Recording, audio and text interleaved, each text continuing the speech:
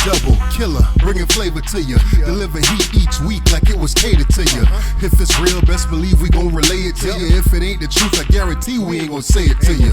We use mics like girls use dildos. We gon' keep it coming till it's pouring out your ear holes. Orgasms, yeah, we been giving them. Them trash cans you listen to, get rid of them.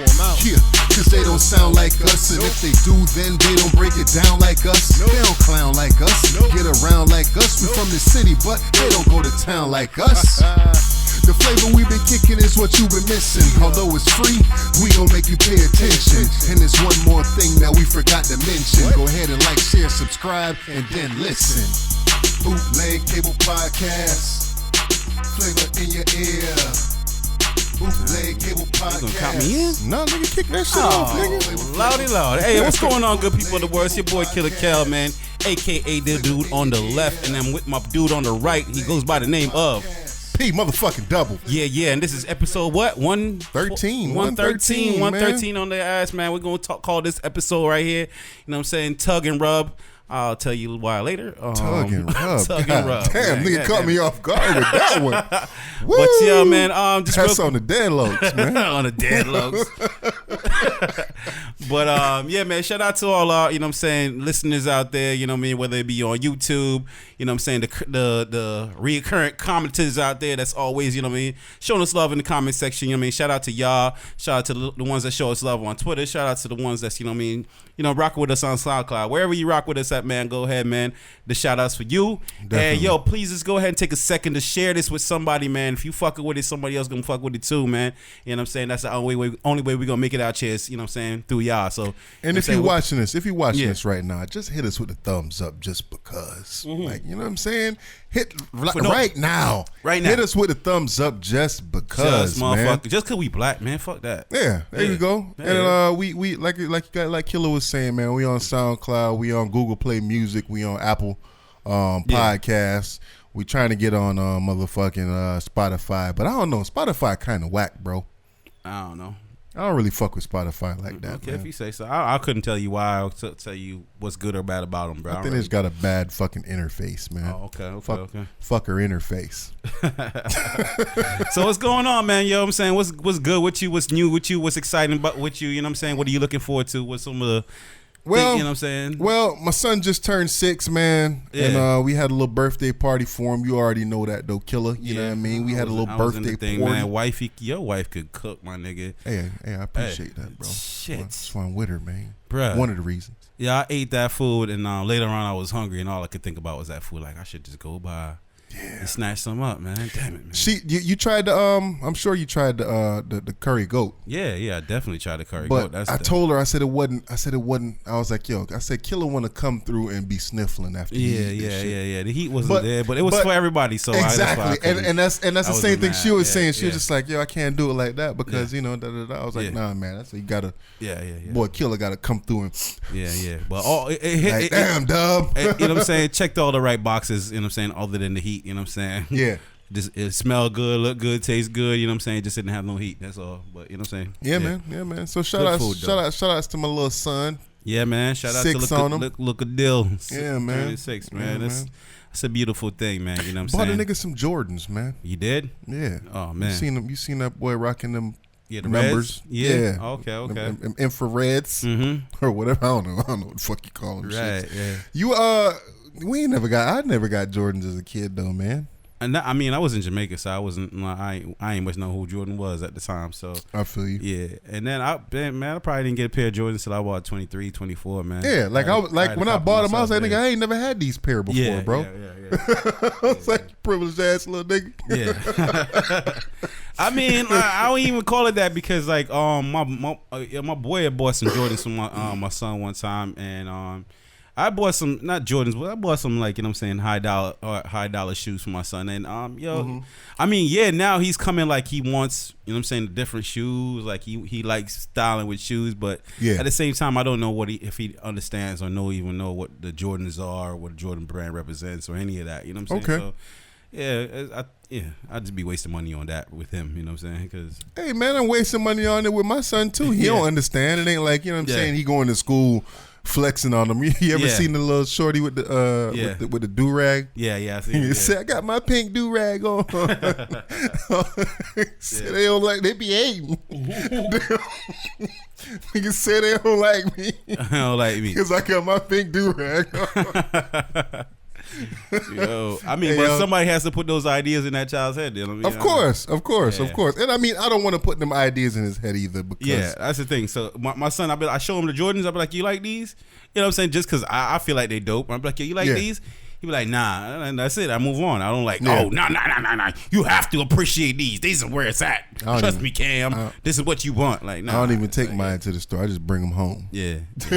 Nah, I take mine. Now it was like I said, he got taste. But he's of age to do that though. Yeah, And you know what?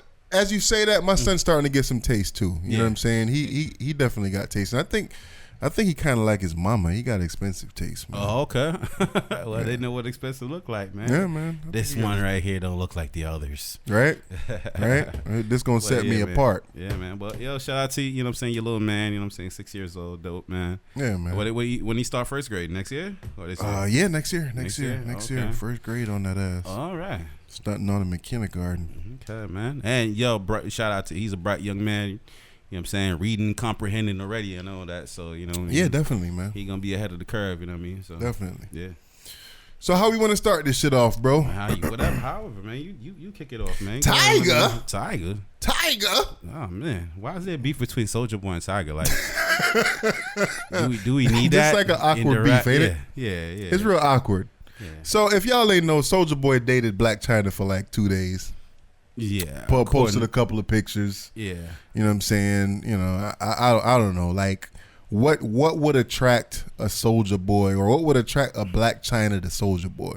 Both of them is equally disgusting. Yeah. You know what I'm saying?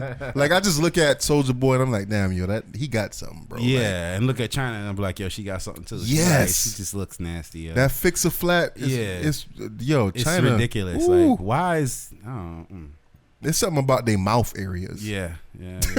Like China. Yeah. Like, I feel like China when she talking, like she got extra spit on her lips or something. I don't know what it is. Just like, yo, I don't really rock with Black China like that. So yeah, they, like I said, they was rocking for like 2 days, and then this nigga Soulja Boy posted some shit on Twitter, and when nigga said, "Yeah, I fucked your baby mama," and then I played Fortnite with your son. Oh man, I'm fighting that nigga now, yo. Real shit. Like, I mean, Soulja Boy, the type, I seen him. He done it a lot. He pop shit and apologize real quick when they get to the drama. But like, if Tiger don't fucked your baby mama and played Fortnite with your son. Yo, my nigga, we fighting, bro. That's real shit. Like, real fucking talk. Your kid man. was in the other room when I was fucking your baby mama. Yeah. Nah. I mean, those are the boundaries, man. And if Tiger don't, but okay, let's talk about that. Tiger don't pull up on Soulja Boy, man. I'm shit. Well, he made a little track. You know what I mean? I'm out here selling 7 million or something. And Soulja Boy, where you at? Some shit like that. He did a little LA Leakers Tatiana freestyle, and then Soulja Boy, to be respectful, came back on his ass. You know, same with the Tatiana shit. Freestyle. It sounded like Soulja Boy was freestyling off the top of his head. Hey man, I can give you respect for that, bro. You know what I'm saying? Even though your bars was whack, but hey, same thing. Where does the disrespect lie though? Does the disrespect lie in if this is true? Does it lie in Soulja Boy smashing China? You know what I'm saying? While his kid in the other room, or does it lie on China getting smashed by Soulja Boy while the kid is in the other room? None of that. It lies when Soulja Boy said, "I play Fortnite with your son." Like, my nigga, do not use my son to insult me in public. You feel me? Like, that. No. You know what I'm saying? I don't do that. But I think not to take the disrespect off of Soulja Boy, because I agree that does warrant thumping at your bumbuckle fierce. Yeah. You know what I'm saying? Definitely. It definitely warrant that. But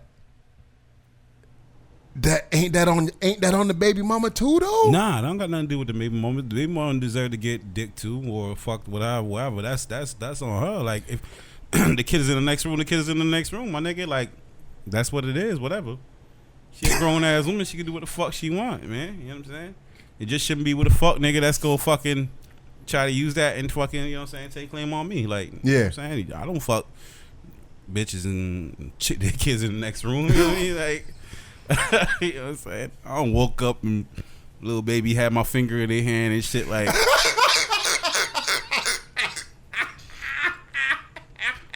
Yo, what? What's going on? Like, why does this little nigga got my finger? Why is he looking at me like right now? Like, yo, what the fuck going on here? The killer says, I'm like,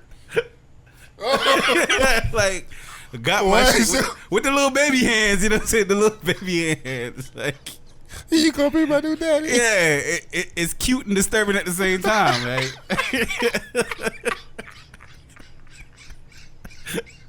Why you got my finger? Let's say you woke up. Baby had a finger in his hand. I ain't get it, but at the same time, like, bro, I'm not gonna like, you know what I'm saying? I'm not gonna call out that dude or throw that chick under the bus for that. Like, yo, it's nigga, I fucked a baby. Yeah. Your son was grabbing up. Now that sounds like it all happened at the same time, right? Ooh, it do. Right, yeah. Oh man, that's crazy, bro. On a gang. You know what I'm saying? Fucking bust down. That nigga fucking Steiger need to pull up on Soldier, man. That's real shit. I'm instigating. I'm being immature, but I think it warrants that, man. I think it warrants it. Yeah. I feel you. I feel you on that shit, man. Yeah. All right, so I don't know how to transition this episode, man. We got a couple of different topics. I mean, all right, yeah. Well, let's stay on music or people that's music related and all that. You know what I'm saying? What? You know what I'm saying? You got the Tiger joint. We got Slim Shady, man. The Slim Shady LP re-released recently. Yeah. What? Did they put any new songs on it, or did they just add instrumentals? They put a couple of joints on there off of. I think they put like one joint off of Infinite, which was I believe his album that came out before, his underground album that came out before the Slim Shady album. Oh, word. Okay. Then they put like one joint off of that on there, and then it was just like 20 different versions of Bad Meets Evil. Yeah. Instrumental or something like that. Acapella only. Yeah. So they did that, but let's talk about that for a second. Does the album, does the Slim Shady LP hold up well after 20 years? Yeah, I think it does. Some certain albums, man, I kind of appreciate the raw version versus the, you know what I'm saying, the remastered version. Like, I felt like when I heard this one, it was almost too clean for me. You know what I'm saying? I want to hear some static and, you know what I'm saying, just some high-pitched voice. And when you heard this album? Well, when I heard the re-release, because they remastered the entire thing. Oh, did they? Yeah. I didn't listen to it since they did. So, yeah, it just sounded almost too good of a quality for it. Like I said, I'd have preferred it not being so clean and polished this time around. But, yeah, I think the album aged well, man. It's classic. It's just that, you know, when you hear Slim Shady then and you hear Slim Shady now, he's not in there. I don't feel like the Eminem now is the old Slim Shady is in there anywhere. No, yeah, I can't see it because it's I just don't give a fuck. Yeah, I remember when that song came out, dude. You finna get stuck, stolen, snuffed. Yeah, man. Yeah. I remember back when I was at Plantation High School. Plantation, damn, that's a crazy name for a high school. Yeah, man. right. Yeah, if you really think crazy about name for a city in Florida. Plantation. Yeah, if we really think about it, but they had a lot of bitches though, huh? It did. Yeah. But I remember I used to go to high school, and this was back when niggas was still rocking CDs, obviously. And me and my homeboy EV, me and my homeboy Ernest, we used to bring the radio to school. Niggas had a little boom box, fucking gym bag. Mad fucking CDs. He had mad CDs. I had mad CDs. And this was one of the projects that we had. And I used to bring that shit, you know what I mean, and bump it on the steps and the steps of the auditorium. And Just Don't Give a Fuck was one of them songs that I used to bump. Even Slim Shady. But Bad Meets Evil, I always liked that song. Yeah. You know what I'm saying? Yeah. I always really, really rocked to that song, and I think that's what I always had a love for Royce the 5'9" as an MC since that song came out. But I haven't really got a chance to go back and listen to this shit, like really, really go and listen to it to see if I felt like this album holds up. And I'm just thinking of it right now as far as the voices, the voice that Eminem had at the time. Yeah. I'm just thinking about it right now, and I don't know. It does, man. He had the best. Like you said, Migos have the best ad-libs. Eminem had the best ad-libs back then too. Like, you know what I mean? Like, every time he would rhyme or say something, he had the little, you know what I'm saying, ad-libs in the back that go with it. Yeah. You know what I'm saying? Like, what? Get out of here. Like, he'd do all those little characters throughout the thing. And I thought, for me, I definitely think it holds up, man. Old Eminem, like, when he was rapping, like, it was different, man. It was different because it was like everything as a kid you wasn't supposed to hear. You got it from him, you know what I'm saying? And that's what made it dope. I always remember that song that he came out with on the sound bombing shit after this album came out. It was like, original bad boy on the case, cover your face. Came in a place, blowed and sprayed puffy with mace, and laced the weed with insect repellent. Like that when he came on the Sway and Tech joint, you know what I'm saying? This place is my house. Where he's like going out the window, this guy yells, "It's my couch." You remember that? Yeah. He's like, yo, this Eminem then, man, was classic. If he says that Redman was his mentor, man, maybe he needs to go back and listen to some old Redman and you know what I'm saying, try to duplicate the flow, you know what I mean, a little bit more. And I miss that Eminem, bro. Okay. Shout out to the Slim Shady LP. I mean, I know we hated on Eminem a little bit in the last couple of, you know what I mean, but he deserved it. That's you know true. That's true. Even though we ain't hate on Kamikaze, we hated on the album before that. What's crazy, I think Drake re-release of you know what I'm saying, So Far Gone. So like fucking 60,000 copies or some shit. Like, oh really? Yeah. But it's the same exact album. I mean, like they ain't changed nothing, did they? Man, but it's same. Yeah. Remastered. How do you re-release something that came out in the era of streaming? Yeah, hey, exactly. But it came out, it got re-released, and it sold more than fucking Lil Pump. You know what I'm saying? First week, what the fuck? That's college, crazy. What is it? Harvard dropout? Yeah, fuck out of here, nigga. Fuck out of here. Sold more than Lil Pump. Sold more than what? Gunna. You know what I'm saying? Like, yeah. I feel you. That's crazy. Well, shit. See, I know you brought up Redman. So speaking of Redman, I was on Hip Hop DX, and they had like a little video or whatever where he was talking about the feature with him and Tupac on Tupac's All Eyes on Me album. Yeah. And the song was called, what was the name of the song? I got my mind made up. Yeah, mind made up. Yeah. Get into it. Let it ride. Tonight's tonight. What was the name of the song? I think it was called Mind Made Up, man. Got my mind made up or something like that. Whatever it was. Redman, Method Man was on there. Tupac, obviously. Got my mind made up is what it's I got called. my mind made up. Yeah. Okay.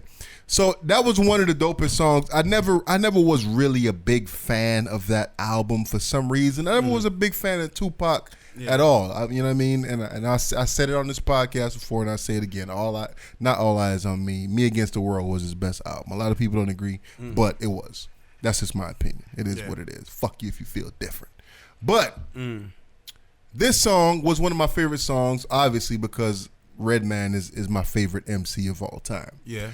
But he was just kind of telling the backstory behind it, and he was just like, yo, and Hip Hop DX did a good job of putting this story forward because they kind of pieced together a whole bunch of different interviews from Daz, Corrupt, and Redman, and also Method Man. Yeah. And all of them was basically saying the exact same thing. Right. And it was like, yo, when Pac got out of jail, out of prison or whatever, it was just like, yo, the focus became him.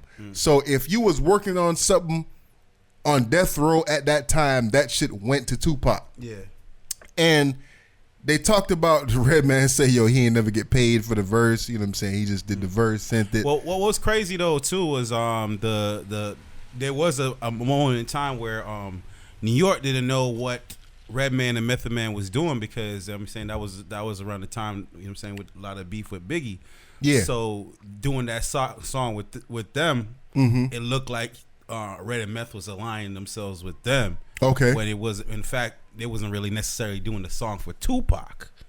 Yeah, they was fucking with the Dog Pound. They was doing it for Daz, but you know what I'm saying? It kind of looked like, okay, yo, this nigga's really dissing the whole fucking coast, my nigga, and you rocking with them. So that was a bad look for them for, you know what I'm saying, maybe about 2-3 months, but you know what I'm saying? Like, Yeah, they cleared it up, but it wasn't for that moment. You know, you got to remember there was a lot of tensions. People got shot at and all that type of shit during that time. So it was a crazy time, man. It was I guess you could say back when rap was real, man. When niggas had beef, they had beef for real, man. And then obviously, Biggie and Tupac casualties of that shit. Even though they both unsolved murders. Yeah, you know what I'm saying. We can sit here and speculate, but niggas in the industry know what the fuck happened, man. Somebody know. Of course. Yeah, you think in our lifetime we'll ever hear what the truth is? I think eventually. Okay. Eventually somebody gonna be on a deathbed or something gonna happen or whatever, and the truth is finally Who's gonna be the most interesting old person? Like, can you imagine one of our entertainers that we grew up with now, or we're growing up with now? Yeah. You know what I'm saying, with the gray hairs and everything like that, sitting down talking. Like, who would be the most interesting person that you'd want to hear from? Like I'm talking about in their late 70s. You know what I mean? Sitting down talking about these times. Like, not to sound cliche, but probably Hove. Jay-Z. Yeah, and I guess, I'm talking about on some like Quincy Jones shit where they're just fucking spilling the beans, just telling all the truth. Jay-Z, Ice Cube, maybe LL Cool J. You know what I'm saying? Because a lot of these cats is kind of old, so to say now. Yeah. KRS-One, like I like to hear him talk. I think he got a good voice to hear speak. You know what I'm saying? Not to speak on another man's voice or whatever, but I'd like to hear KRS-One talk. From this era, shit, maybe even J. Cole. I feel like J. Cole will have a lot to say 20 years from now. God damn. This nigga's gonna do the grass now and shit. Yeah, hold on. Me pause this real quick. Damn, fam. The fuck is that? J. Cole? J. Cole right now, I think would be an interesting cat to talk to 20 years, 30 years, 40 years from now after his career is done. Yeah. And you know what I'm saying? Because I think he got an interesting perspective on a lot of shit that's going on in the rap game, especially right now. Yeah. So, I mean, I guess we would have to choose different cats from different eras. Probably Black Thought, Method Man. I think there's a couple of different cats that have an interesting perspective on what's going on right now. I'd rather hear from somebody that's going to give it up, man. Like, I wonder how interesting 50 Cent's going to be at fucking 75, man. Like 50 Cent, you know what I'm saying? Just talking that shit. Yeah. Just flying at the list. Let everybody know what he saw in the industry, and just give him the hold down on motherfuckers. You know what I'm saying? Yeah. You saw, I know every time we talk about 50, you damn near got to talk about Ja Rule. Yeah. You saw the whole situation with him in the Milwaukee Bucks performance. Was that really a situation, though? I mean, I think it was just kind of a misunderstanding. I think people kind of misused the visuals. Yeah. And to clown him, but I don't think it was like a clown situation. Like, I don't think it was either. I think that what happened is because Ja Rule seems to be the butt of the joke all the time. Yeah. They even Bleacher Report or the NBA or something, they posted a clip to Twitter where he was in the middle of doing the I'm Real song, and I guess Giannis and where some of his teammates was out there shooting around while the shit was going on, and he responded. I think what happens is if you're an artist or if you are supposedly above certain situations, you can't respond. Yeah. Because then that shit is gonna make it look worse. So I feel like he was responding to every single thing that was going on in that situation, and he was just like, "Yo, y'all act like this is something new where niggas is out there shooting shots while the halftime performance is going on. Like, this ain't nothing new." And I agree with him. It ain't nothing new. But for you to say something and make it seem like you salty about the shit. Yeah, I mean, but he's speaking facts though, and he is. It ain't nothing new. I mean, he's constantly on the attack, and I feel him, man. You know what I mean? Like, people talking about you ain't supposed to be reactionary, and you look hurt. Why people? Yes, nigga, I am hurt. What the fuck is wrong with that? Why are people hurt shaming? I can be hurt. What the fuck? No, I'm hurt. Can't. You're a man. You can't, bro. Hey, I'm hurt. So I'm affected by this. Nah. So and I'm but hey, I am see.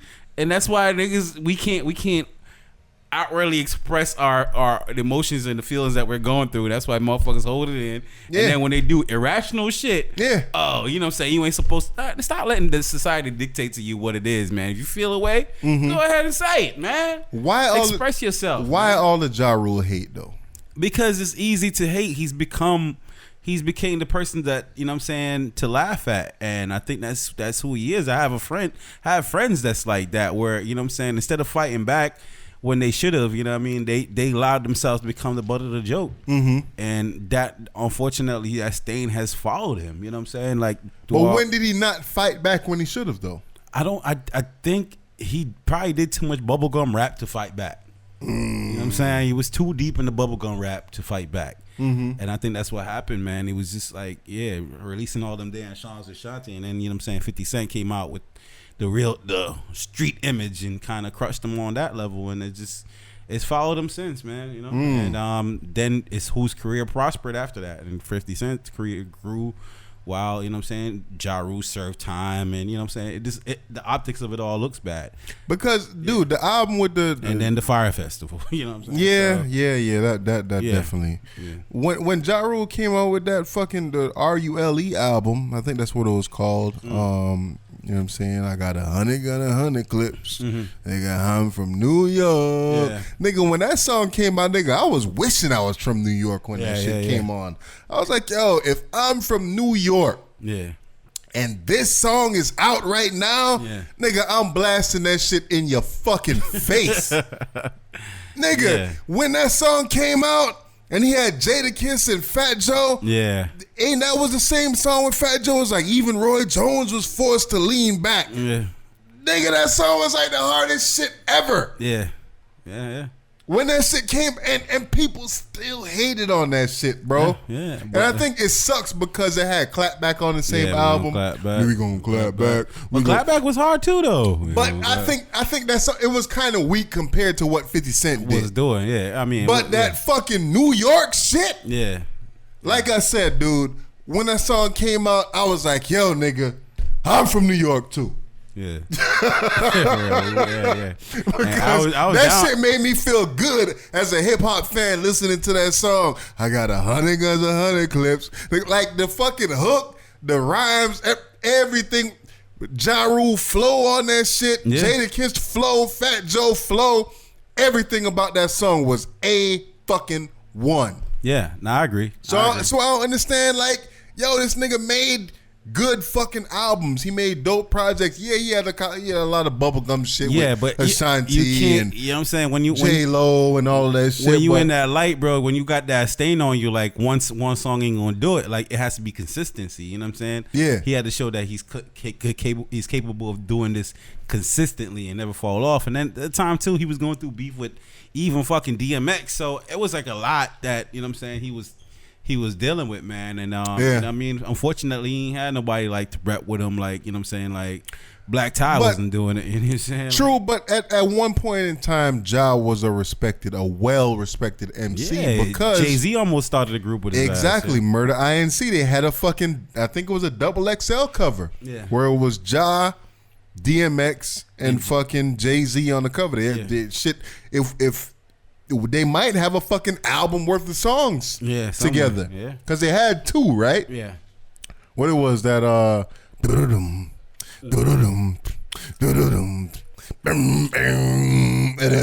he ain't doing it good. You're not doing it good, bro. Stop. I'm not gonna try, but but you know what's Can't say I ain't doing that shit good. Yeah, impressions is bad, nigga. I feel you. I fuck with you on that one. You know what you're talking about. I know what you're talking about. But they got like 2 songs together. You know what I'm saying? So I assume that they have more than just 2 songs together because I guess it was a group before it became a freaking record label. So hey man, you know, y'all stop with the put some respect on Jai's name. Yeah, man. Stop with the Ja slander, somebody man. tell me where's Ja Rule? Where's Ja? I need answers. But man. Put some respect on Jai's name. So just to cover it real quick, I know we've been talking about Jussie Puss ass for a couple of weeks. But He got arrested. He got arrested for the whole. Yeah, if I had a round of applause button, I'd hit it. Yeah, for the whole falsification bullshit that he did. Yeah, but fish. yeah, fish. I think Jussie is a victim though, bro. Okay, so what you over here being Faison love and shit out here, man? What Faison said? What Faison I know he ain't said, gonna say. I know he ain't say what I'm gonna say. Well, you know what I'm saying? Where the black community needs support because Jussie Smollett just because he black. Fuck out of here, Faison. We ain't trying to give up. You know what I'm saying? One of ours. Nah. That ain't what I'm saying. We got you. We gonna hold you down. Saying. I think that if he was gonna pull off a hoax, he should have picked some more thorough niggas to do that shit. So you say he's a victim of snitching? He's a victim of snitching. So a puss ass nigga fuck with some puss ass niggas? That's exactly what it was. You wanted more out of puss ass nigga? That's exactly what it was. He setting himself up to do some puss ass shit? Yes, he chose the wrong shit. And you say he the victim in this situation? Yes, sir. Yes, sir. Jussie is a fucking victim. Oh, okay. He chose the wrong niggas to pull off the fucking hoax. Yeah. And I'm gonna tell you why I say that. These niggas was locked up. I guess they have a 48-hour hold where they could lock you up for a certain amount of time and question you or whatever. And if in that moment you could lawyer up and say, yo, nigga, I ain't asking no questions. Where my lawyer at? Yeah. Right? Yeah. And I'm guessing these niggas ain't do that shit. And they answered fucking questions. Okay. According to the report that I read, in the 47th hour, that's when these niggas started snitching. Oh, yeah, they got the cigarette, man. They gave them Newport and fucking whatever Nigerians like to partake in. You know what I'm saying? It was like, yo, here goes some Chick-fil-A, nigga. Yeah. You know what I'm saying? Right. Burger King, whatever. All right, nigga. And they started snitching. If they would have waited one more hour, Jussie would have been in the news right now selling his fucking story on top of the game. Well, free my Nigerians and fuck Jussie. You know what I'm saying? Yeah, fuck him for real. Yeah, fuck Jussie, bro. But I hear you, my nigga. But he on some dude. The niggas that he got to do this shit was on some bitch shit. If me and you come up with a scheme, you gotta relax. If me and you come up with a scheme, and I say, yo, Killer, rock with me on this shit, and you say, yo, Dub, I'm rocking with you on it. Yeah. All right. But then when the pressure come on, you start snitching. You's a bitch, just like these niggas is fucking bitches. Nah, man, because guess why? These niggas didn't. All these niggas got was like $3,500, bruh. This shit could have turned out to be more though. This shit, no, it couldn't have, man. They got $3,500. This was not for the betterment of them. It was just like, yo, here go $3,500. Just go buy some shit from the fucking hair salon. Come over here and tussle with me a little bit. That's not what kind of scheme is that? That's some foolishness. They victimized themselves in this situation, bruh. There was nothing to gain, only for Jussie puss ass. And I'm glad all this shit came about. I'm glad it went down like it did. And fuck all three of y'all. I think Jussie just chose the wrong niggas to keep it thorough, man. Man, yo, just keep it thorough. I don't think Jussie was capable of finding some thorough niggas, man. he looked like a bitch ass nigga for his whole life. He there's no way he could have thorough for niggas. Every gay boy out there. Yeah, gay boy.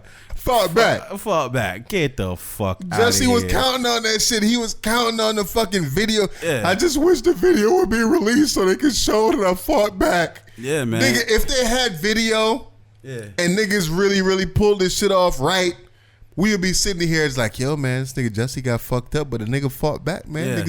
Niggas the gay Tupac for real. Oh, man. We would have been behind that shit for real, but he was just so fucking poor and idiotic in pulling this shit off. It was an idiotic thing to even do. Like, what?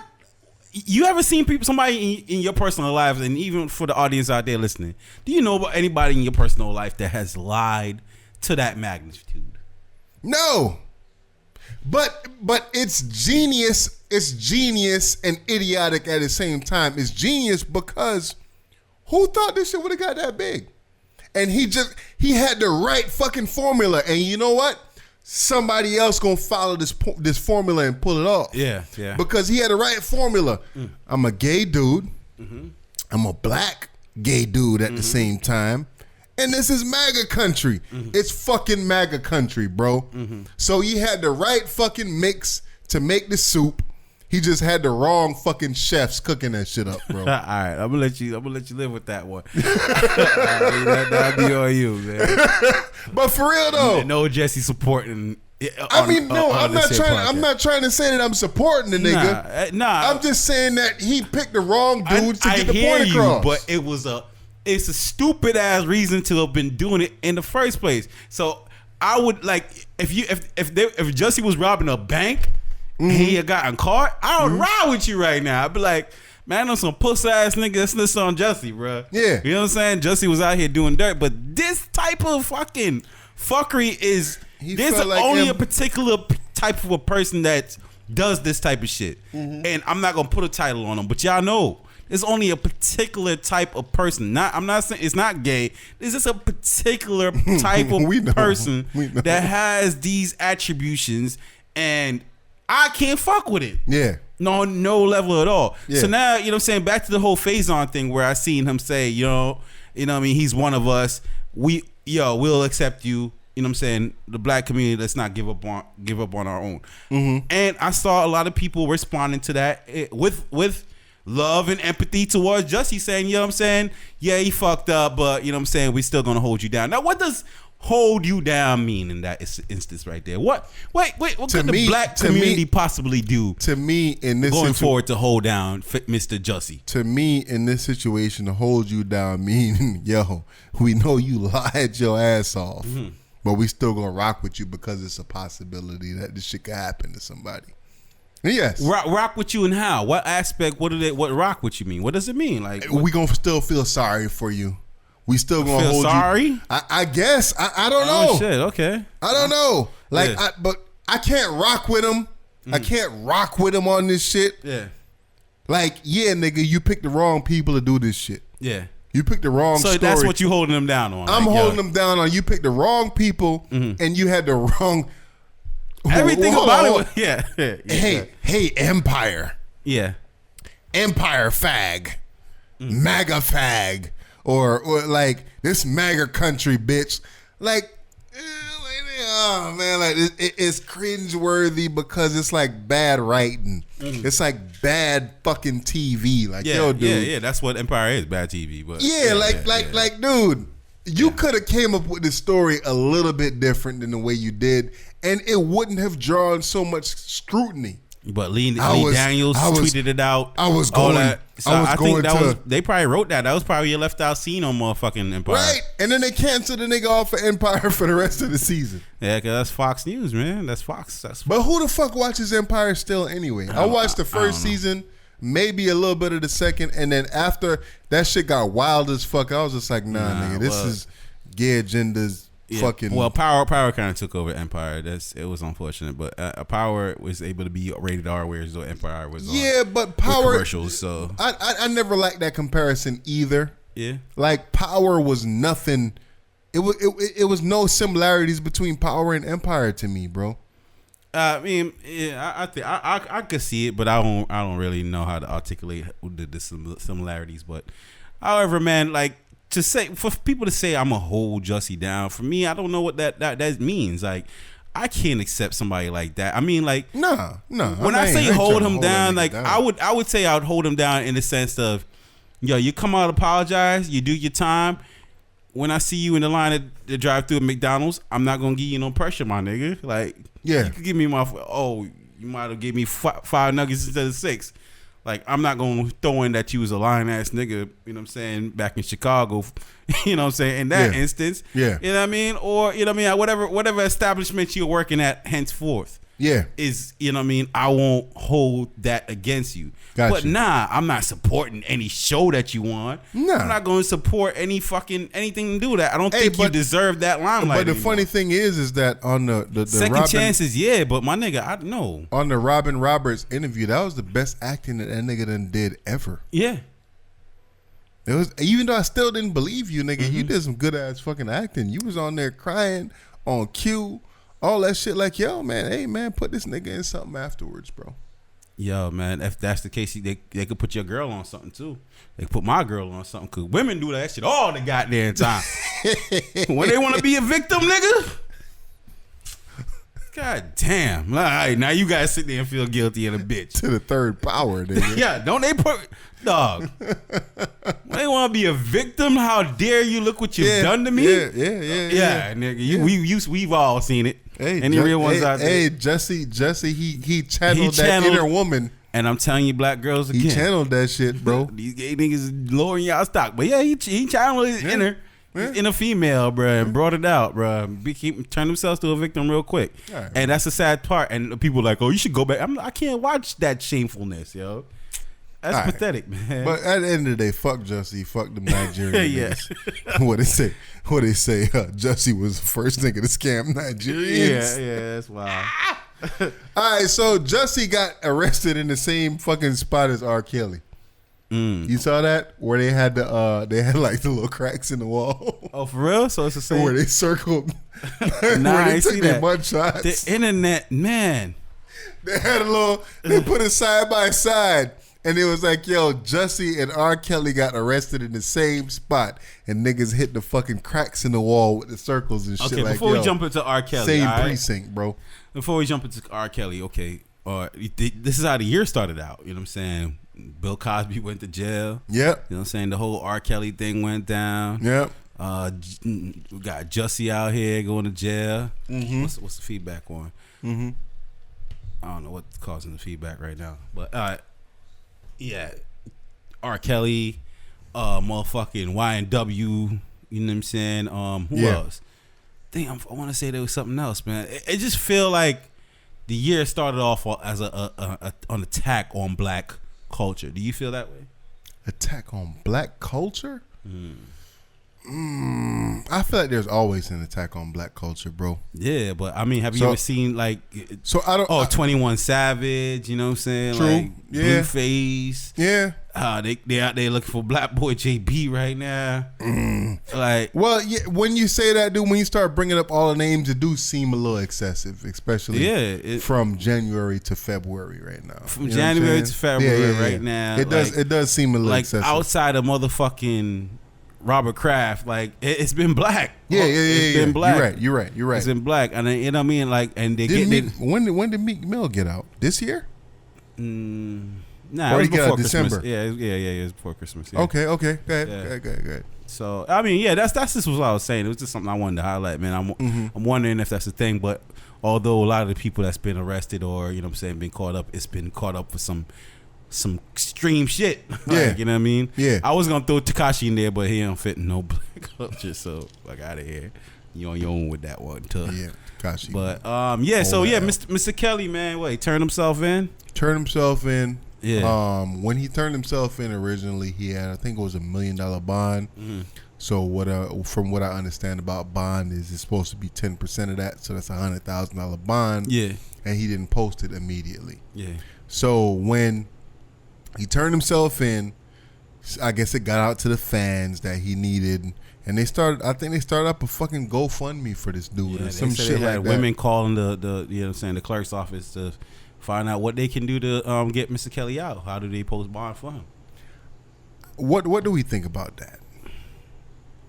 Knowing what? Knowing that there was a time where a lot of us saw this dude peeing on an underage woman. Yeah.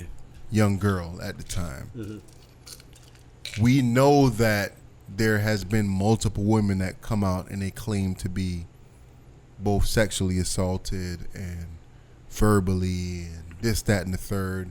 It's a lot of situations going on with R. Kelly. Yeah. You look back at his music, songs that he wrote for Aaliyah that's kind of alluding to relationships between a older man and a younger woman. What you're alluding to is your perspective, and maybe this perspective of, you know what I'm saying, the common person, but like not everybody sees the same things the way we do, you know what I mean? And that's fine.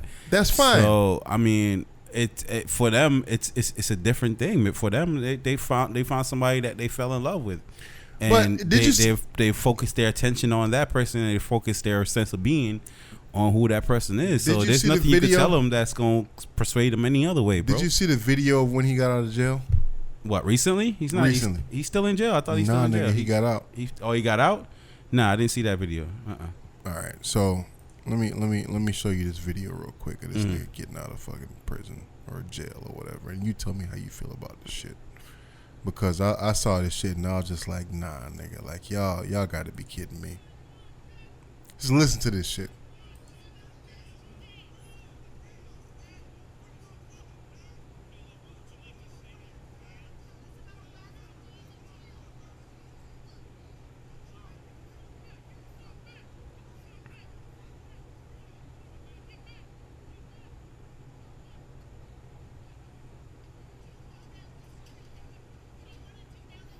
If I could turn back the hands. We love you, of Kels. time, my darling.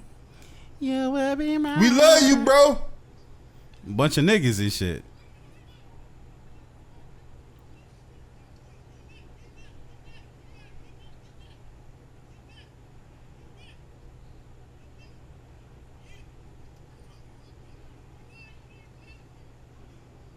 This nigga a plant. Whoever that nigga is, he a plant, man. You think R. that's Kelly the had case, to close his though? own door? Oh shit. R. Kelly had to close his own door. You think this nigga a plant? Whoever it was, Whoever that this nigga is shit? a plant, man.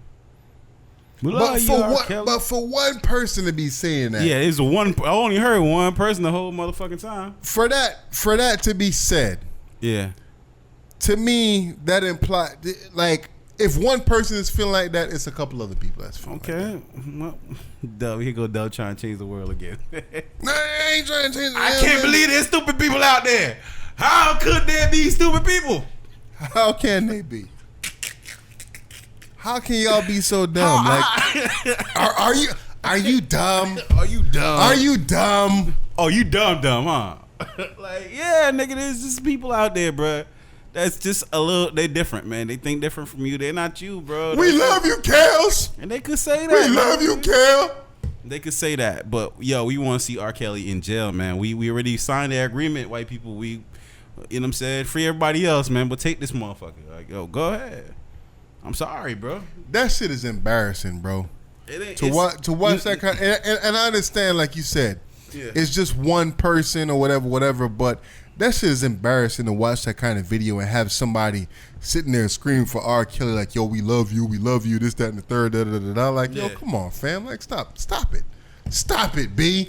Well, R. Kelly had the fucking the mean straight face when he coming out that motherfucker. There wasn't no smile on there. Yeah, man, he got out. That nigga, they say that nigga went straight to McDonald's. Hey. Nigga ordered him a fucking Big Mac. Hey, man. But you know what was crazy? Somebody highlighted, man, that he's getting caught up right now for the sex tapes that are out there. Mm-hmm. And yeah, they're VHSs, bro. Mm-hmm. So if you really think about it, somebody out there had copies of him having sex with underage females And held on to that shit. Mad long. and held on to it for mad long till where okay, now he's back in the public light for these sexual allegations, and they probably turned up the expectation rate on the money or whatever. And Yeah. when he wasn't able to comply, it was like, all right, here we're gonna turn the shit over, which is sad as fuck. And whoever It turned is. it over, them motherfuckers need to be arrested too, my nigga. And I agree. And that's the same thing we talked about when we talked about whatever the chick name is. I forgot the chick name is right now, but Yeah. that bitch need to be locked up too Yeah, because she yeah. was fucking with the underage chicks. Yeah, that but he was fucking with. I would shoot her some bail because, like I said, she started off at a young age with the folk truck chick too. You know what I mean? She knew the So shit was she wrong, Killer. She knew it was wrong. You could, when you listen to the interview, when you listen to her talk about this, she knew this shit was wrong. Kelly know this shit is wrong. No, man. At a certain age, She spoke of it from a perspective of now who she is now. You can't tell me she knew it was wrong then, my nigga. You can't tell me Killer. she knew it was wrong. Yeah, of course you know she it was was wrong. of age, bro. She said that she stopped when she found out that this chick was underage. Okay. Before that, I guess she looked at the girl and said, "Oh, she have a body of a certain whatever." But she stopped supposedly when she found out that this chick was underage. That tells me that you know better. Okay, so that's what it tells me. Where I'm at now is that she need to be charged for what? She didn't know the chick was underage. Then she's saying. So when she found out, she stopped. That's her claims. That's her claims. But it's all claims. It's all hearsay. Look, if she was being abused when she was younger and she became older and still kind of abused people, I still kind of shoot her some bail for her. Like the fact that you were mentally fucked up. You know what I'm saying? You were mentally fucked up. You were mentally used from a child. So I don't really put that much fault on you. I'm glad you're coming clean now. And you know what I'm saying? If you testified in court, then cool. You know what I'm saying? I'll let you go. It takes a lot of strength and a lot of humiliation to go on screen and tell the world like this is who I was and this is what I did. I think she has to hold that. But to do jail time, I don't know. I would say more so put it on the road manager and all the people that's, you know what I'm saying, like I said, trying to hold on to tape, hold on to evidence and accepting bribe money. All those people need to go to jail. Those are the people that need to crack down on. And if I was R. Kelly, I'd go out there and be like Nigerians fucking niggas, man. I'll start snitching on everybody that got a fucking copy of some shit. Whoever I fucking was paid off, y'all coming and we all going down together. And I'll be cheering bravo in that instance, man. So think about it in this situation. Me and you grown ass men, right? Yeah. Don't put me in no fucking rapist shit, nigga. Don't do it. I am. Exactly what I'm gonna do. So if it's a situation where me and you grown ass men, right? All right. And I'm putting myself in there too. Okay. And let's just say we happen to run a train on this chick, and we think that she's of age. Okay. But she happened to be not of age. Okay. And we put this shit on tape. Aren't they gonna look at us and say, "Hey, it don't matter what you thought. Okay. Don't matter what you thought. Okay. You did this shit. You know what I'm saying? And this chick did this shit. Don't matter what you fucking thought. The chick was underage. Okay. In the law's eyes or whatever. Does that absolve her from whatever it is that's going on? Throw me and you in jail, my nigga. Let's go. So she need to be in jail with fucking R. Kelly. No, that's not the same situation. Why is it not? What we're saying is that she didn't know at first, and according to her, It's not the same thing, my nigga. According to her, when she found out. So again, if me and you ran a train on this chick and put her on the fucking tape, we didn't know at the time. But when we found out, we was just like, nah, we ain't fucking with that. We ain't fucking with this chick no more because she lied to us or whatever. We have new information on the situation. And they're not going to take the fact that we didn't know at the time. They're going to say, yo, throw them niggas in under the fucking jail because they was messing around with an underage chick. It'd be different. Why would it be different? Since you want to put people in bad lights, let's do it then. Let's go all the way. Me and you, there was like person X that was abusing me and you. From the time we was 14 up on the time there was person X that was abusing R. Kelly. That's what I'm saying. So person X is abusing you and I. Yeah. From the time we was fucking 14 to the time we're 22. Now we turn into somebody that's running trains on chicks. We don't know better. We don't know better. We didn't know better, my nigga. Out of here, nigga. We didn't know better. Out of here. At a certain point in life, you know better. At a certain point in life, you realize that, yo, it wasn't right that this chick forced me to eat her box when I was 12 years old or whatever. At a certain point, you realize that, yo, man, this shit ain't right. Okay. And that's what she's saying. So why she need to go to jail, though, my nigga, is what I'm trying to tell you. She need to go to... At a certain point, who's to decide what level or what age you decide to be mature at, yo? I get where you coming from with that, man. But like I said, I feel like, again, she's just as much as at fault as R. Kelly is in the situation. I think that whatever that chick name is, we talked about her on the last podcast. Or not the last podcast, but we talked about her before. She need to be in just as much as hot water as R. Kelly is in. But obviously she not, because she was a victim and she was 17 at the time when he started messing with her? Yeah. all right, 1 year off of 18. You know what I'm saying? How much credence do we give to 17 versus 18, a day before 18? Yo, how much credence do we give to that shit? It's a celebrity. It wasn't Joe from around the corner. It was a celebrity. Celebrity. It's R. Kelly we talking about. It was R. Kelly. It was at the height of his career. Yeah. It looked different to her. Of course. So, I mean, like I said, I can't hold her too much to the fire. I understand. And like I said, I feel like her time served is to be coming clean and put herself in the public light in the way she's did. And you know what I'm saying? She has to deal with that. She has to go through life. She has to raise her kids knowing, you know what I'm saying, what she was a part of. I think that's prison enough, man. Right. I don't feel like she needs to serve time. Like, I feel like everybody out there who's held a tape or accepted a bribe from R. Kelly, I feel like right now they need to fucking pressure R. Kelly and let him come clean about, you know what I'm saying, once they fucking find him guilty of, you know what I'm saying, what he's doing, having sex with little 14-year-old pussy, as he's alleged to have said on these tapes that came out. Yeah. I think, once he sees that this is going completely left, bring everybody down with you, bro. Bring them all down with you, bro. Go ahead, Kelly. So you advocate snitching on this shit, nigga? Yeah, snitch, nigga. What the fuck? R. Kelly need to snitch all the way, nigga. How do you think it's gonna go over for R. Kelly in jail, my nigga? It's not gonna go over good for him. Definitely not. It's not. Who don't know R. Kelly? Nobody. Everybody knows R. Kelly. Everybody knows R. Kelly. Yeah. And everybody knows what he's in there for. It ain't no secret. Yeah. They gonna fuck the shit out of R. Kelly in that motherfucker, dog. They are gonna fuck the shit out of him. Ooh. They gonna be. This is my song for real, no doubt. You gonna have your booty hole going. DJ got feeling. As you put your arms around me, they feeling on my booty. R. Kelly booty hole gonna be. Booty.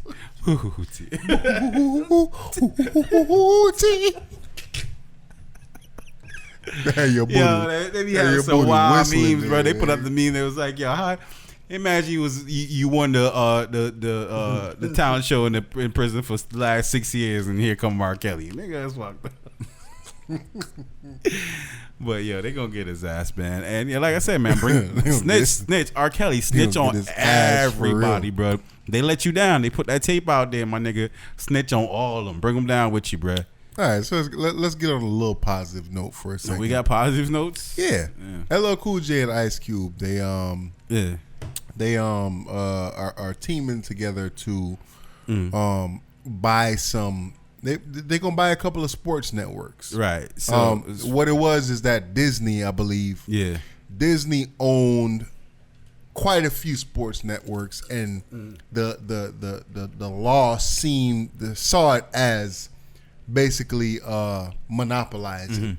So they kind of forced them to sell some of these sports networks, and LL Cool J and Ice Cube decided to team up and get investors involved or whatever to buy some of these sports networks. Yeah, and I could see where Ice Cube is coming from because he's the owner of the Big Three. Yeah, and for those that don't know, the Big Three is a 3-on-3 network or a 3-on-3 tournament that involves former NBA players, former professional basketball players. Yeah. Have you ever watched any of the Big Three games? Yeah, I have, but I mean, I don't know where to find it necessarily. Like it's on Fox Sports. Fox Sports. Yeah.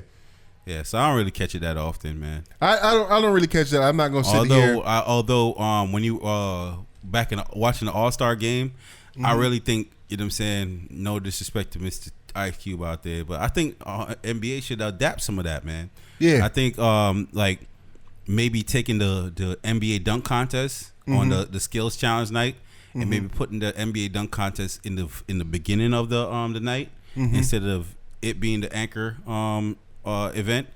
Maybe have like a rookie versus vets type, you know what I'm saying, 3-on-3 half court joint, you know what I'm saying, at the end of that night. You know what I mean? I think that would be dope. Like, you know what I'm saying, get the best rookies out there to play against some of the best vets out there that's retired or whatever, and then play a little 3-on-3 21 game, whatever. I think that'd be dope to watch, and I think that'd be competitive. I don't think, You know what I'm saying? If it was full court, I could see the rookies dominating. But you know what I'm saying? Half court joint. Yeah. You know what I'm saying? The vets have a chance. Okay, Yeah, I like that. yeah. I like that. And I know we were supposed to talk about it on last episode. Yeah. So, but even the dunk contest situation, I think that what they need to do with the dunk contest, and they need to have it every 2 years instead of every year. oh, okay, yeah. Or maybe even every 3 years instead of every year. So I think that gives a lot of the dunkers a chance to become a little bit more creative. Where, I don't know if you ever looked at this dude. I think his name is Justin Kilgore. It's a white dude, and he got hops, and he come up with a lot of freaking creative dunks. Yeah. And a lot of them have never been seen on a massive scale because obviously he's an underground dunker, and maybe he that's pretty much all he works on. He works on coming up with different dunks and whatever, and it's definitely not an easy situation. So I think that dude probably need to get with a lot of these NBA players, and they need to come up with creative dunks that will, push the whole dunk culture, NBA culture, All-Star Weekend shit forward. And it's not every single week where you look at a dunk contest and it's like, oh yeah, I jumped over Shaq and I put my arm in the rim. Yeah. And then now I'm going to pay homage to Vince Carter because I did it just a little bit different than he did it. Like, nah, nigga. There's a lot of dunks out there that have never been done before.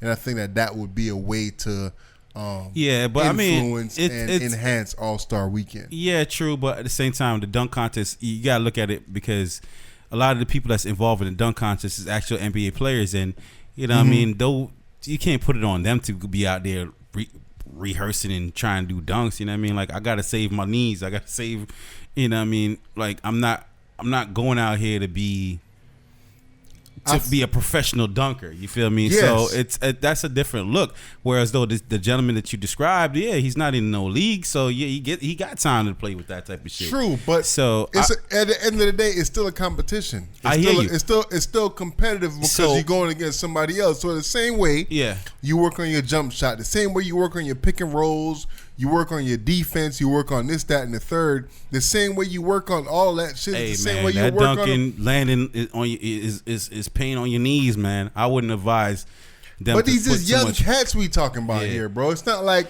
niggas in they about to be 40s or whatever. Like, we talking about young cats that still got the hops, that still got the athletic ability, the dudes that still feel like they invincible, X, Y, and Z. Like, you know what I'm saying? What I feel like they need to do, man, they need to play more with the camera angles when they're doing these dunks. Let's get rid of the props. I don't want to see no people jumping over no airplanes or fucking Kias, man. Like, I'm done with that. Or jumping over Shaq, like you're saying, or celebrities.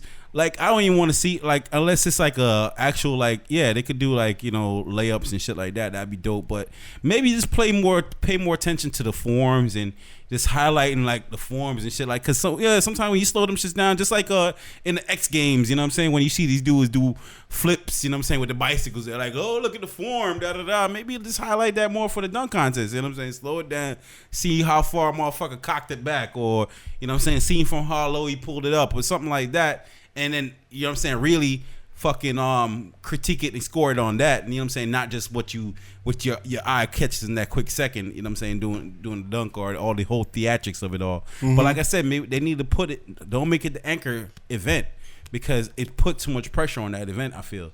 Got if you put it back in the beginning of the fucking the night, I feel like that'll take off some of the pressures of what the event is. Okay, true. Yeah. But hey, man. Man, back to LL Cool J and Ice Cube, man. Yo, one time for, you know what I'm saying, black excellence. And I love to see that. You know what I'm saying, two, you know what I'm saying, hip hop legends are out there teaming up. You know what I'm saying? I would have thought they had beef at one time, but you know what I'm saying, like, seeing them teaming up and taking on such a big, you know what I'm saying, thing, that's dope to see. Although I just don't know if like Ice Cube is banking on the fact that he has the big three. What is it that makes him, like, I feel like I read that he's trying to get these networks and then cater more towards a young audience, but like, what does that look like? Like, I don't know. Like, I guess you wouldn't want to put those examples out there for people to copy off of, but at the same time, like, I don't know what would, I mean, the big three, I don't feel like that's enough to drive traffic towards your network. No, definitely not. Definitely not.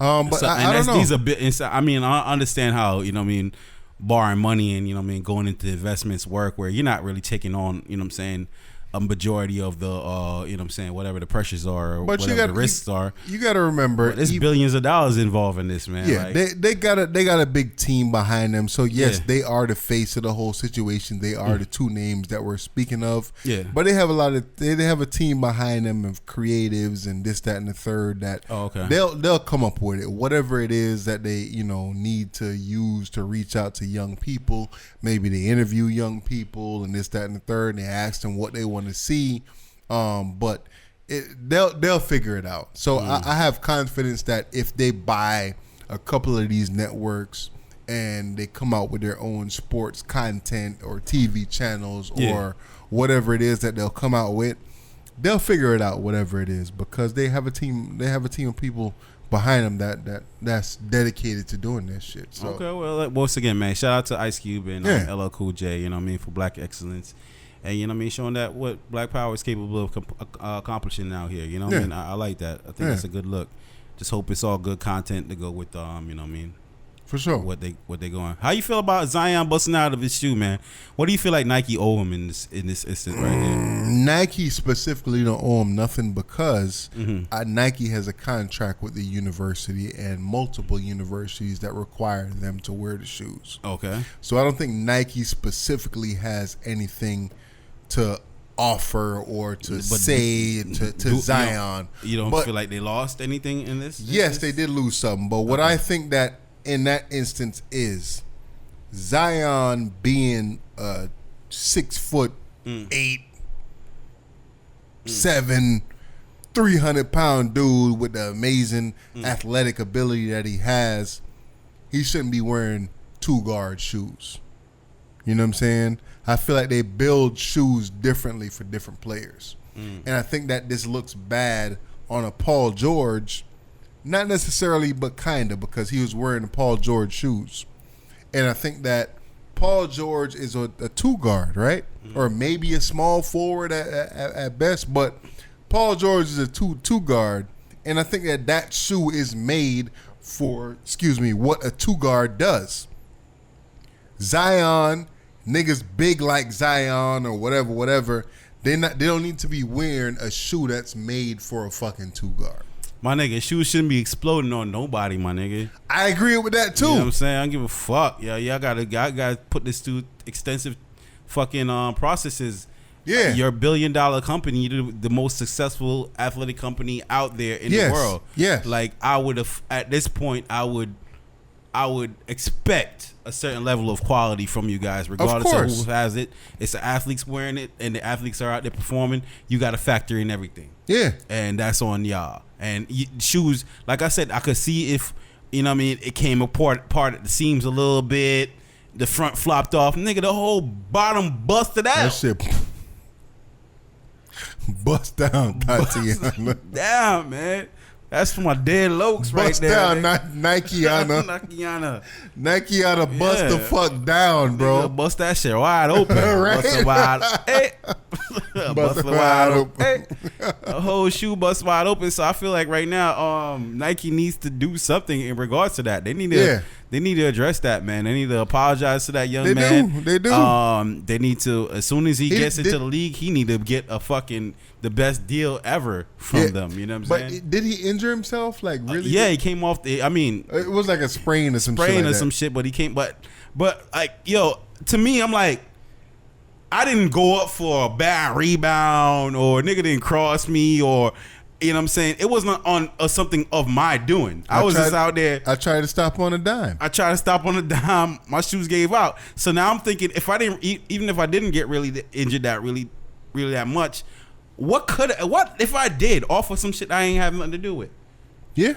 Like, you know what I'm saying? I try to stop, pivot, and this motherfucker bust open. You think a lawsuit should be in order? Nah, I don't think that far. No, definitely not. Okay, so let's just say if he got injured. Should a lawsuit be in order? Nah, that would be. Why not? Nah. Faulty equipment. Well, that's faulty equipment. Like, yo, I tried to stop on a dime. That would be him suing the school, and the school would then have to sue Nike. Not even the school. Nike, nigga, like, I do these cuts all the fucking time. I stop on a dime all the time. All the other shoes that I've ever worn have been fine. And then now I stop on a fucking dime and bust it wide open, nigga. You know what I'm saying? Yeah. Bust it wide, bust it wide. He could have injured a knee and fucking ruined it could have been the end of his career. End of his career. You know what I'm saying? And the upswing for him is just immense. So listen, I think that he should file a fucking lawsuit, man. Do what everybody else do. Sue these motherfuckers, man. Nah, you don't want to do that because y'all provided me with faulty equipment. Again, he's going into the league. It might be a bad look for him to, you know what I'm saying, have that kind of stain on him. He could sign with Adidas. He could sign with Puma. Puma doing a lot of good deals right now. They got a lot of fire shoes out there right now. That's Adidas got fire shoes. Fuck Nike, bro. Yeah. Hey, man, I don't understand why Adidas and them don't jump on the smear campaign right now and run that back. You know what? I'll be showing that shit. I'll be having all kind of commercials with fucking niggas busting out of Nikes and shit. Yeah. Do it just like them fucking politics be doing when they run into for office and everything, dog. Yeah. There's all kind of smear campaign going on. Come on, fam. That's crazy. They didn't holler at me. Hey, man. Keep it with the sports shit, though. Yeah. Boy, Robert Kraft out here. Yo. Soliciting. It took me until I was today years old to align or make sense that Robert Kraft, he's Kraft mac and cheese? Yeah. My nigga, I didn't even put those two together. Yeah. Did it's the family name, bro. Did you put that together? Yeah, I didn't put it together. For a while, I never really knew that, bro. I don't know where I was or what rock I was hiding. I've known that for a while now. Yeah. Oh man, yeah. Okay, but all right, man. Set it up, man. So Robert Kraft got arrested for pornography. Pornography? Not pornography. Nigga was trying to get a blowjob. He was trying to get fucked, whatever it is. He was trying to get the tuck in Jupiter, Florida. And rub. In Jupiter, Florida. He trying to get the tuck and rub, my nigga. How do we feel about that? As a real nigga, man, free my dog, bruh. Free my motherfucking dog. Free my dog. I believe that prostitution should be legalized. If they wait. Let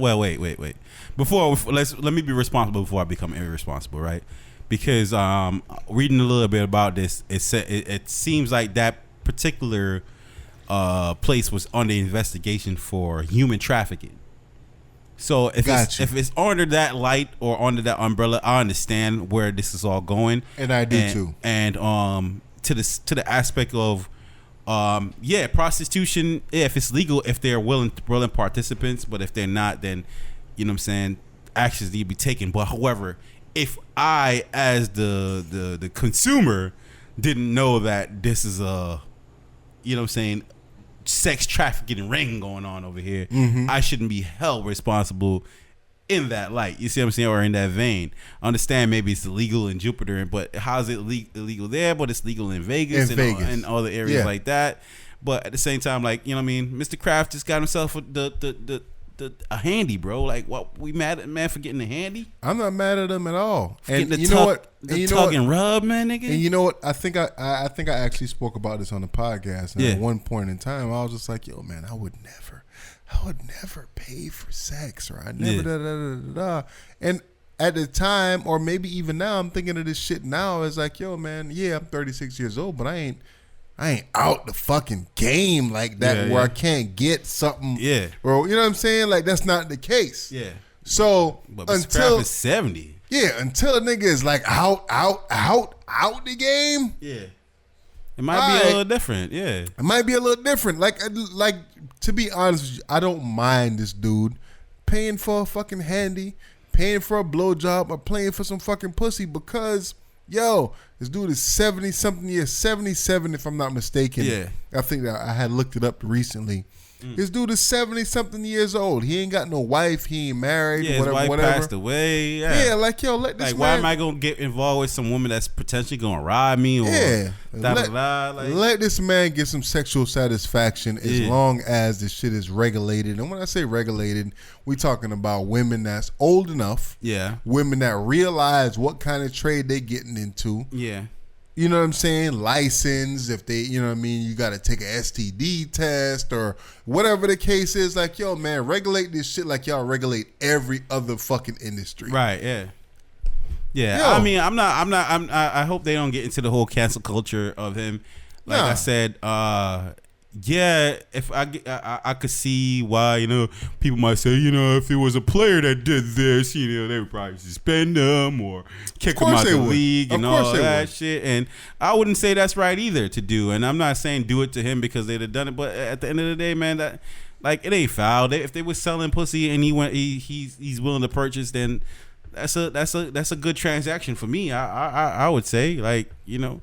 He didn't go in there and abuse nobody. You know what I mean? He wasn't going there and punching. He got the rub and tuck, man. Mm-hmm. The rub and tug, man. Like, what's wrong with the rub and tug, bro?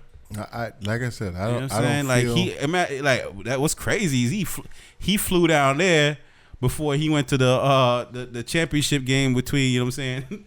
Like, just to get the rub and tug. Like, yeah, man. I heard he only spent like $79, but that flight and everything like that, like the man going way out his way to get that. You know what I'm saying? Get a little bit of relief. Like, yo, why are we against that so much, man? But that, at the same time, I'm saying but I'm not seeing people like no outrage. Have you seen anything like that? I haven't seen any specifically, any real freaking outrage. But damn, that shit look like a regular ass plaza he was in though. That plaza looked simpler than a bitch. That looked like any South Florida. I would have thought it'd be like some exclusive shit, like somewhere, like. Mm-hmm. But nah, that shit's a regular ass plaza. That's wild. Yeah, man. Like I said, man, I don't fault Robert Kraft for trying to, you know what I'm saying, relieve some sexual tension or whatever, man. I mean, I think that if you look at it, man, that's one of the bases or it's life, bro. Like niggas, dudes, guys, men need some sexual relief. Yeah. To fucking function, bro. Yeah. You know what I'm saying? It's good for your health. Yeah. To release every now and then. But yeah, man. Hey, Meek, return the favor, man. Send my dog a couple hoes, bro. Right? Yeah, man. I seen people post that because he was involved with Meek Mill, that's why they got him. What you think about that? Shit. Like, I'm looking at the plaza where it was happened, and you know, if they had a sting operation set up, you know what I mean, prior to that, then nah, I wouldn't. They got like 200 other people, man. So I wouldn't say that necessarily like it's because of that. I would say I would if he was like something that I could see that was maybe a little bit more exclusive, like it wasn't something like the average person could walk into the establishment. And it was something to that aspect where, you know, it was they had to be real sneaky in the way they got the evidence. Then I would contribute to that. But this is something that was not. It didn't seem that hidden to me. You feel me? Guess what I'm saying? It's like it seemed like anybody could have gotten caught up in that. You know what I mean? Yeah. Yeah, I'm saying. Hence the other 200 people that's involved as well, and it just so happened that he's one of them. It's 200 people? Yeah. God damn. Yeah, so it's like I don't think that was like a direct reflection of they did it to me, so they do it to him. Like I said, if these were girls that was in this private home, you know what I'm saying, that, you know what I'm saying, they launched a big investigation, and it's come to find out, you know what I mean, these are paid prostitutes that's, you know what I'm saying, going to his home, being escorted directly to him, and, you know, the whole sex operation going on there, then I would see it being painted that vein. It'd be okay, yeah, maybe he got targeted because of Meek and all that, but he was at the regular spot, bro. Like, you know what I'm saying? I know niggas don't hit the spot before, bro. Trust me. Yeah. I know niggas don't hit the spot. I don't waited in the hallway for a nigga in the spot. You know what I'm saying? Like, like, you know what I'm saying? So I don't see necessarily nothing wrong with what he did, and I know niggas that done what he did. And, you know what I'm saying? Maybe if they didn't cancel Backpage, Mr. Kraft would be okay right now. Probably. All right, so I know we winding down Black History Month right now. Yeah. And I saw this article on theroot.com. Yeah. And it says elementary school celebrates Black History Month by having kids play runaway slave game. How do they play the runaway slave game, bro? Teachers at a Northern Virginia elementary school recently decided it would be a great idea to teach black history by having kids play slaves on the Underground Railroad running from imaginary fugitive slave catchers because, well, there's no other way to say this. A lot of racist people are also stupid. Or alternatively, a lot of stupid people are also racist. According to the letter obtained by The Root, a physical education class for 3rd, 4th, and 5th graders at Madison's Trust Elementary School in Ashburn, Virginia, recently featured the original version, old school hide and go seek. The instructor split the children into groups and had them run through an obstacle course that was designated as the Underground Railroad. The lesson was designed to teach children about, well, no one can figure out that part, but wouldn't you run faster if there were a slave? If you were a slave trying not to be caught? Most history teachers know that students have a hard time understanding the harsh realities of slavery unless they are running past the monkey bars, by the sliding board, or just like Harriet Tubman used to. Plus, pretending that racism literally might kill you is fun. The black kids already learned a valuable lesson in another class called Every Fucking Day. But for white kids, trust me, Confederate freeze tag is tons of fun. Okay, so whoever wrote this is kind of cynical themselves. Yeah. So I'm getting that from them. Yeah. However, man, I mean, bruh, I don't even know how to respond to something like that. Like, yeah, for every stupid shit you could think of in your mind, there's somebody out there that's ready and willing to do it, man. Of course. Yeah. So, fucking underground slave freeze tag or hide and go seek or whatever the fuck. Like, when I look at that, I think I think from the perspective of the person setting it up, and for the person setting it up, dude, like, I think that in their mind they find great joy in setting up shit like this, where they're just looking at it like, yo, man, these dumbass kids is out here running around thinking that, yo, hey, let me paint all the black kids as slaves, and all the white kids as slave catchers, or whatever. And I just think that they had a grand old fucking time with that shit, looking at it like, hey. Back in the days, my ancestors, they were these people, and they were on top of the game, and they you know what I'm saying? That person just needs jail time for real. Like, a person like that will put kids in that position definitely needs to go to jail. And if they're not in jail, then there's something wrong. I don't think just simply losing your job is enough. They need to be in jail for something like that, man. That's abuse. That's abuse. That's what it is. It is abuse. It's mental abuse. It is, and it can be mentally traumatizing on different levels without the kids even knowing it yet. Yeah, they don't know it yet. But when they get home and parents start telling them, and you know what I'm saying, as they get older and realize, you know what I'm saying, what slavery was and what it did to the black community. They're the fact that they participated or were naively placed in a situation like that, that could cause some mental trauma on them going forward. Yeah. And so whoever orchestrated that, whichever council members helped participate in that, everybody need to go to jail, bro. They all need to go to jail, man. Yeah. Plain and simple. I mean, I don't know exactly what the charge would be, but it's fucked up, man. It's child a cynical abuse, nigga. That's what it is. Okay. It's definitely a cynical game. Yeah. That's being played amongst adults in this situation right there, and it's just from Virginia, bro. Are we? I mean, listen. Are we surprised that this is going down in Virginia of all places? The council members need to we need to play it with them. We need to reverse roles. I'll be the slave catcher, but they can't handle that shit, man. We've done that. Not we, but there's a white lady, an older white woman, and she teaches different classes about racism, and she does reverse the roles.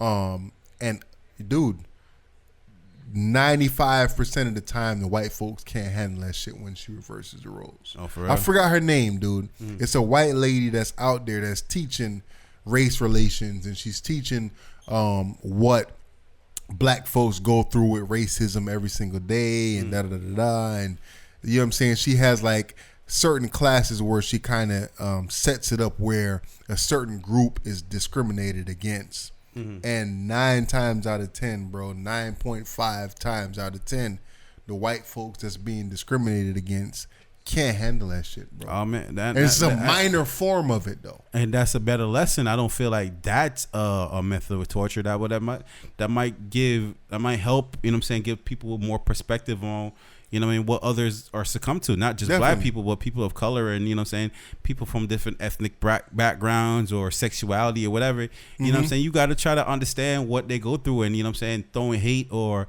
you know what I mean, making that person feel uncomfortable, you know what I mean, because you feel like you're the minority in the situation, that's not healthy, and that's not coming from any place but hate. So putting people, you know what I'm saying, reversing that in not a hateful fashion, but you know what I'm saying, in a teachable fashion. I feel like that's a good thing. I feel like that's dope, and I feel like more white people need to subject themselves to that. You know what I'm saying? Like, not that they don't understand, but sometimes you could say you understand. Even my girl's white, but she could think she understands. But like, let's put you in a situation. Let's put you in it. Yeah. You know what I'm saying? Because you can't understand until you feel it. You can't, and it's something that I can't come home and articulate it to you, because you will never be able to get it. And I will just sound like somebody that's making some shit. And that's why what Jussie Smollett did was so dangerous. Because for me to go approach somebody and say that I feel like I'm being served, I'm being, you know what I'm saying, unjust, or you know what I mean, racism is being directed towards my direction in certain scenarios, and somebody might look at me like, man, get your old complaining ass out of here, or you're making up shit for attention, or you know what I'm saying, like you're just doing this because you don't like that person in particular, or that, like he did a dangerous disservice to the black community. He's using, you know what I'm saying, he's crying wolf for us, you know what I'm saying? Like, nah, bro, that's not cool. And that's why I don't understand that there's people out there that could say he shouldn't serve time for this. Like, he should definitely serve time for this. I agree. What I'm saying? Just like them teachers, they need to be in the same cell with his ass, and you know what I'm saying? And I shout out to the lady that does that towards white people or for white people. You know what I'm saying? I feel like they need to do that, or put that, you know what I'm saying, make that a more popular broadcast. Do that as a Netflix series, man. Yeah. Like, it's a teachable moment, I feel. Yeah. Sure. All right, so let's move on to these fucking ISIS brides, bro. Oh yeah, man. And there's 2 different states. I think it's 2 different states, but I think one of them is like Alabama or Mississippi, whatever. But whatever it is, they had these ISIS brides, and when I say ISIS brides, it's young women of Muslim faith, that decided to go to Syria and fight for ISIS. And there's 2 women in particular, right? Both of them went over there to fight for ISIS, and basically found out that they turned into pass arounds. So they go over there expecting that they're expecting one thing, and they turn into, yo, I'm a sex slave. You know what I'm saying? Almost. Yeah. One of the chicks spoke about being married to 2 different men, or 3 different men. 2 of the men out of the 3 had gotten killed in the battle.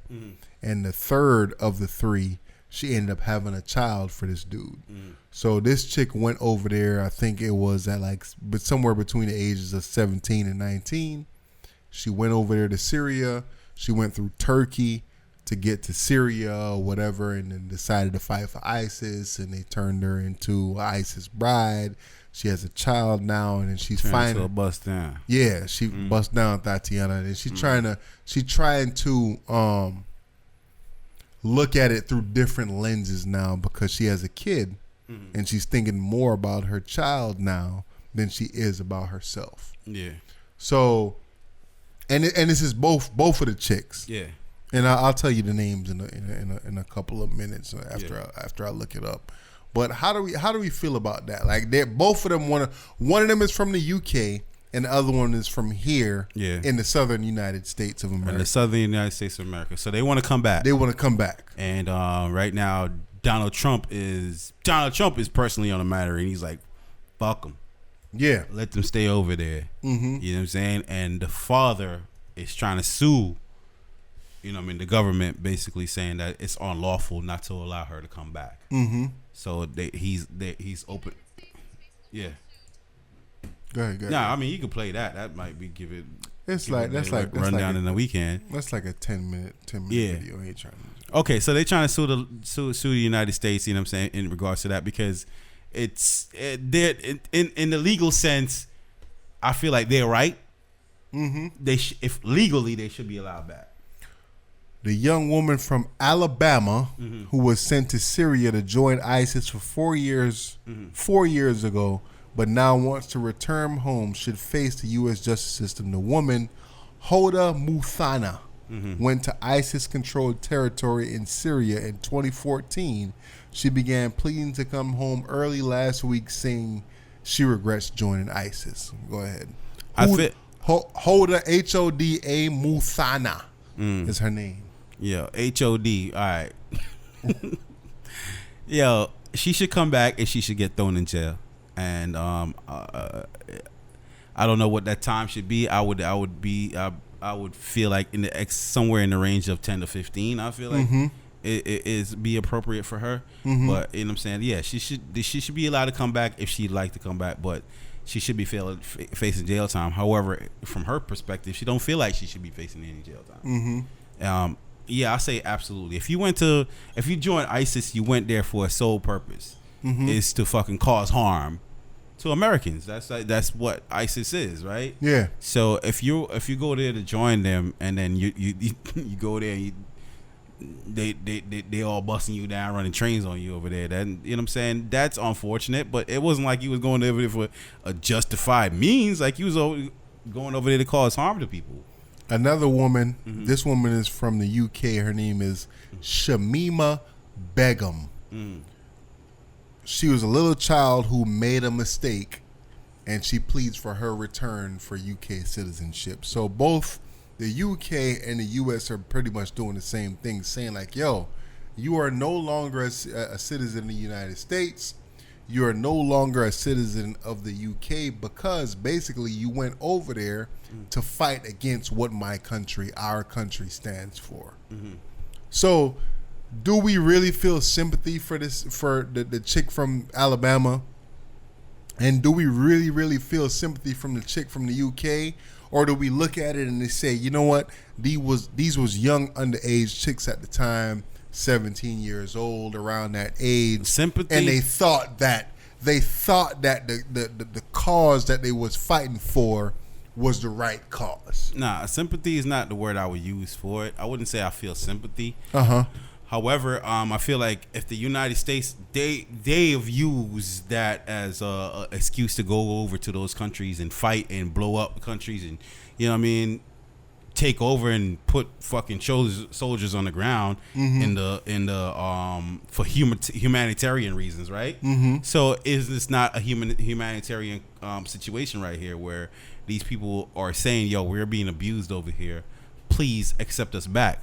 And for me, I'll say, yeah, take them out of the situation if possible. If it's just like giving them a plane ticket to fly over here, but once they come back, it's not okay, go home or you on probation. Nah, you going to jail. You know what I'm saying? So I think one of the young ladies is saying she don't feel like she should be going to jail or whatever. But I feel like, yeah, if they want to come back to escape the abuse that they're dealing with over there, that's fine. But you're coming over here to go to jail. Like, so it's, if they're down for that, then it's cool. But I feel like, yeah, take them back and throw them in jail. You know what I'm saying? Because they didn't go over there to help the country or anything like that. Not to be ignorant, but out of both of them, that girl Hoda Muthana. Which one? Where's she from? Which one? Where's she from? Yeah, she's from Alabama. Oh, okay, yeah. That nose ring be making them look cute. I ain't gonna lie. Her nose ring be looking sexy. Yeah, Hoda Muthana, she can. Right. She look like a bust down. I think she got a jet over here too. She might. Yeah, I think she got a jet over here too. Okay, but I mean, dude, to be honest with you, I look at it and I say, yo, leave both of them bitches over there. Leave both of y'all. I don't care how young y'all was. I think at the end of the day, y'all knew what time it was. Yeah. You knew that this group that y'all was supposedly going over there to fight for wasn't necessarily fighting for the right thing. Yeah. You knew that they was an extremist group. You knew that their ideologies was all fucked up. So you got yourself into this shit. You went against your parents.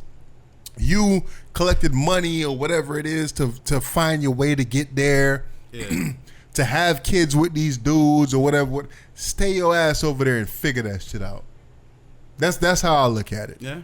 You know what I'm saying? I know a lot of times, I'm 16, 17 years old, da, da, da, da. You knew better. You knew better. It's probably a sad stance to take, but that's just my stance. You knew better. Mm-hmm. Stay the fuck over there. I'm sure a lot of Americans feel the same way. Deal with whatever it is that y'all got to deal with. Because y'all come back here, who's to say that y'all going to be, if this is a word, de-radicalized? Nah. You're going to come back over here and you're going to change your whole train of thought or whatever. Who's to say that? Who's to say that ain't a part of the plan? You get back over there, you go blow some shit up. I don't know. Exactly. So, like I said, but take them back, interrogate the fuck out of them, and throw them in jail. That's where I'm at with it. They can't go back out and be regular members of society after all that. Nah. You got radicalized. You allowed yourself to be subjected to that. You put your family in danger in that instance. You know what I'm saying? So, go to jail. Serve your time. You know what I'm saying? And that's it. Chill. You, Jussie Smollett, and 6ix9ine. Y'all go all chill. Yeah, so Miss Bigham and Miss Mofana. Yo, jail sound like it's getting lit, though. Hold up. You got R. Kelly. You got 6ix9ine. Got Jussie Smollett. And you got Bill Cosby. Yo, you got, there's a lot of entertainers up in jail right now. You gonna get YMW Melly. Yo, jail finna be some concerts going on in that bitch. Hey, yo. Jail, if I can do it, you can too. You can get out this bitch and you can be a YNW and Melly. Yeah, man. Hey, go to jail and, you know what I'm saying, some lit concerts finna happen in jail, my nigga. Yeah, right. You know what I'm saying? New fucking prison tour, nigga. Imagine hearing Gummo in prison, nigga, or a fucking hot nigga. I mean, hot nigga. Yeah, jail's lit, right? Yeah, ain't got no sense, bro. Last. Oh shit, no, we didn't talk about the Joe Budden and Maul situation, bro. Oh man, damn, Maul. Damn, homie. Damn, why you want to set it up?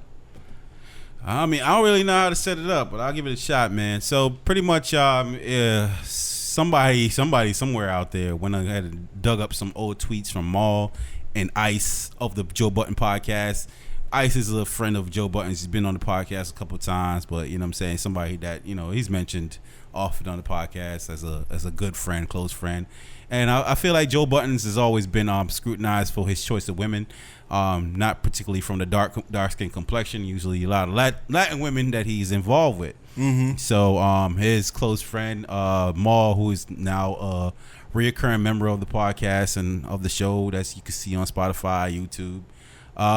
He has, back in 2010 all the way up until like 2014 or some shit like that, posted a couple of derogatory tweets aimed towards black women. I wouldn't even say black women. I would say more so of the dark skin complexion. Yeah, I would say, you know what I'm saying, women of the dark skin complexion is who he was targeted in those tweets. So do you have a rundown of some of those tweets that were tweeted out so we could give the audience a certain perspective or a certain feel for what was said? Yeah, so one of the tweets that's out there is Joe Budden retweeted, and he says this was by the Big Worm. Okay, Big Worm. So we didn't get to Maul yet, but this is by the Big Worm. It says, shout out to all the angry black women out there and the poor guy that has to put up with your ass. And Joe Budden retweeted this in November of 2005. Okay. Right?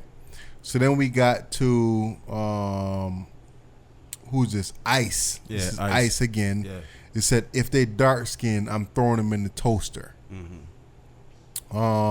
What else we got here? We got another one here. What's this? How come? What he said? What Usher said? How come only people eating breakfast from Taco Bell are the convicted felons and dark skinned bitches? This is from who? This is from Everything Wavy. And this is retweeted by. This is retweeted by Maul and somebody else. Okay. Then we got when you try to throw a black chick in the pool, and they basically have a picture of a puppy with wet water all over him. And I guess, you know what I'm saying? Okay. Black chicks in the pool, the hair get nappy and whatever. That's from who, Maul? That's from Maul. Mm-hmm. Then you have Maul again. They said, what is a black bottle girl? Spanish girls are team players. Quote, if they come through your crib and they see that shit is a mess, they'll clean it up. Black chicks will judge you. Ask a black girl, where you want me to come? She'll say, in the condom. A Spanish chick will say, on the mirror so I can lick it off. Black girls down by 12 in the first quarter. Do black girls still act like they've been shot when a man comes on them? What they said, I can't front. I don't want no fucking black girls. Who wants a black girl in 2012? And that was Maul. Saying shit like that. So basically, so yeah, it's a whole slew of shit like that that's been said by Maul. Yeah. So those are the sentiments represented by him. So you know those tweets were dug up. There's a whole little YouTube video that's been made of. And this was made by Paris Milan. Paris Milan made a whole YouTube video. Go ahead. When he said Maul says, and this is in January, and we gotta give reference to the time here. January 4th, 2012 at 2:02 a.m. in the morning. Maul says Spanish girls don't get comfy with their number one spot. White girls are threatening your position, and Asians are coming on strong. And it's a lot of different tweets. Yeah. I guess it's too many to kind of go between all of them. You dark skinned, but you wearing eyeshadow. Porque Spanish meaning for what? And this is at 10:36 p.m. in 2015. Right. So yeah. You don't got to get into all in every tweet this man made. However, there's a lot of tweets to be made, and you can see the duration of time that it was made on, from like anywhere from 2010 all the way up to 2015. Yeah. So it wasn't like those sentiments was just necessarily a short moment in time, or you know it felt like that for a while. So.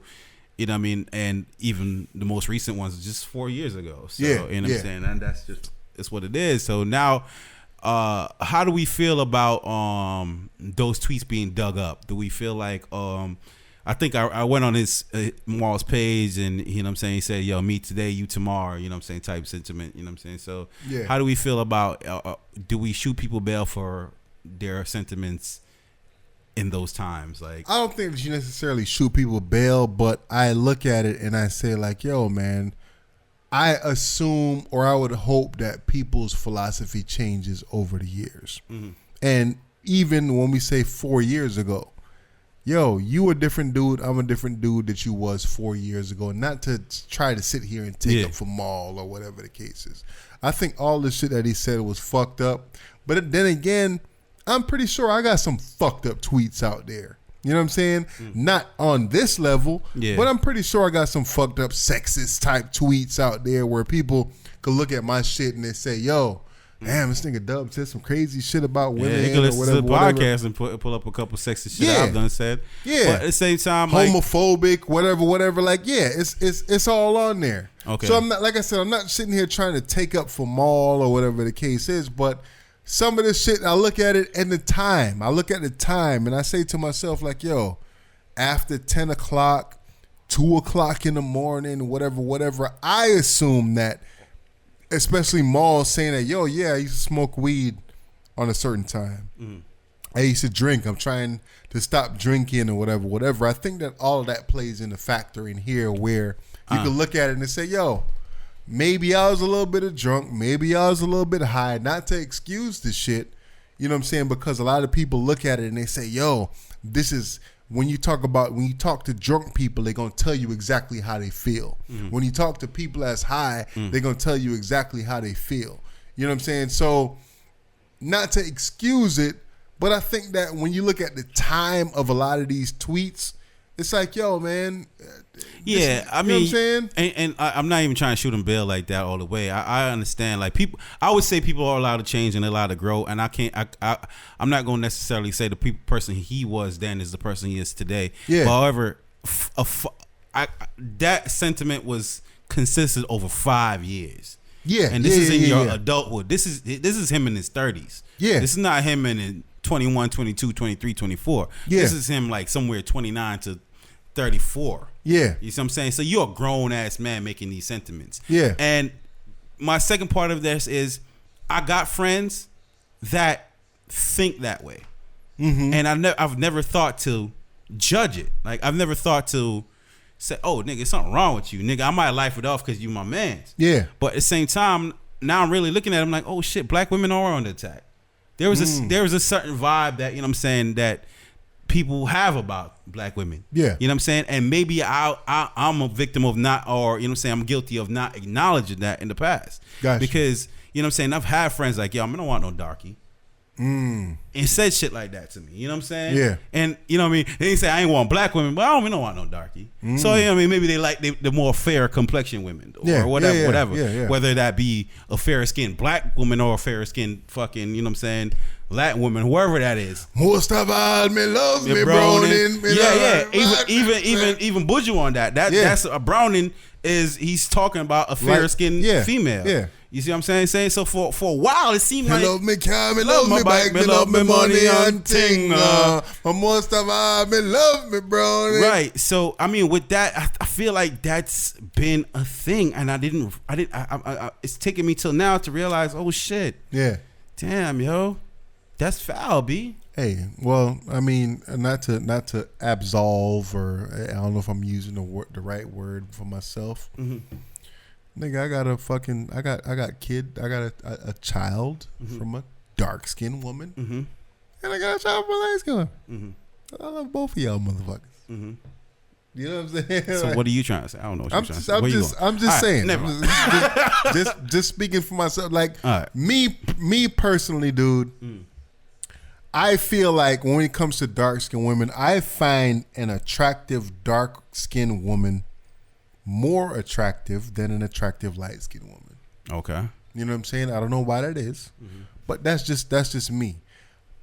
I have a preference. Everybody has a preference. Right. Absolutely. Yeah. I prefer a browner skinned woman than a dark skinned woman, and I know this is not helping this cause or whatever the case is, but I don't look at it as dark skinned women are ugly. And this is what I'm getting from these tweets. Yeah. What I'm getting from these tweets is dark skinned women are ugly. Yeah. I don't find dark skinned women ugly. I find women on a whole I find beautiful women as a whole, no matter what nationality or background, whatever. And I personally find dark skinned black when a dark skinned woman is beautiful. I think that a lot of the dark skinned women is one of the most beautiful women on the fucking planet. I would say for myself, but everybody has their preference though. For myself, not shooting myself, Bill, but I've always preferred dark skinned women. I just don't feel like they like me like I like them. Got you. That's fine. And that's what it's been for me. Ain't nothing wrong with that. They never loved me like I love them. Yeah. So I had to hunt what I know how to catch. Okay. You know what I'm saying? So hence that. But however, with the whole Maul situation, like listening to the podcast, I find Maul to be hilarious. He has some good commentary and everything like that. No shade against the brother, but at the same time, like as the podcast go on, I kind of dissect who he is in society, and you know what I'm saying, his personality and all that. And my conclusion is Maul has always been a male groupie to me. He seems like the dude that's always around the athletes and the people that's, you know what I'm saying, to do more successful than he is. And he just seems like, the hyena. Like a hyena will... You look up in the clouds, tell me, what do you see? Yeah. I see opportunity. I'm an opportunist. Yeah, the hyena, they'll follow around the lions, and whatever lions will finish eating, they'll come through and grab the scragglers. And if you hanging around with athletes, chances are rappers, their preference to women are not the darkest complexion. I agree. And that's just what it is. That's what it is, and that's who has to bag for them. That's who he has to deal with, and that's who he's around. So hence, I think that's where all this shit is coming from. And I don't think he's gonna address it on the podcast, but I think that's where all this shit is coming from. It's shame on him for doing it. Definitely 1,000%. They're killing him. They're calling him ugly. They're calling him no neck. They saying all types of shit about him on there. Yeah. And like he tweeted out, today him, me tomorrow. You know what I'm saying? Like, you know what I mean? A lot of old shit could come up on us. Should he address it? Should he address it? Yeah, but I feel like he definitely should address it, man. Yeah, he definitely address it, but I think he should. He shouldn't address it in the PC like the way that just to make people comfortable. Just say your truth, my nigga. Yeah, if you felt like that, say I feel like that. Yeah. If you felt like, yo, I was just joking, you know what I'm saying? Look at the times. This is 9 o'clock, 10 o'clock, whatever it is at night, 2 o'clock in the morning. I'm fucking around with my mans in them. Say that shit. But address it, though. Address it. Yeah, address definitely. that shit. Definitely. But you know what I'm saying? If it's just as simple as like, yo, listen, I prefer black women are beautiful. My mother's black. But I just prefer fair-skinned females. Say that. Say that shit. Say it and stand on it, because you can't tell me for 5 years you tweeting out this type of shit and that's not how you feel. That's how you feel, my nigga. Definitely. That's how you feel. So own your shit. Live. You know what I'm saying? Live with it, bro. Just say it. Yeah. You know what I mean? And then, that's crazy. To be honest with you, I felt the same way about Joe Budden for a long time. You know, he hasn't said it either, but that's what it is. He always dealt with Spanish chicks. You know, the baby mama of his first son, Joe Budden or whatever. She was a Spanish chick. Then he was with Tahiri for a little while. Now he got Sin Santana. It's obvious that Joe Budden has a preference for Spanish women, and that's him. You know what I'm saying? It just seems can we judge him for that? Nah, we can't. Ain't nothing wrong with it. That's your preference. That's what it is. I think what it is that if you're gonna, the thing is you can't uplift one and downgrade another one. You know what I'm saying? So looking at the stuff that he might have retweeted or whatever that this chick is a little upset about, and again, what's her name? Paris Milan. Whatever Paris Milan is upset about him retweeting and saying that, yo, this is his friends and whatever. I could understand it. You know what I'm saying? Yeah. But if he actually comes out and downgrades black women to uplift Spanish women and white women or whatever, or women of a fairer skin, then that's fucked up. But everybody has their preferences, bro. Yeah, that's absolutely, and you can't shake it. That's your preference, man. It's in you. That's what it is. But let's just talk about. Okay, so I would say that while that's true, I feel like the same thing is like I feel about black females, right? I feel like they have their preferences.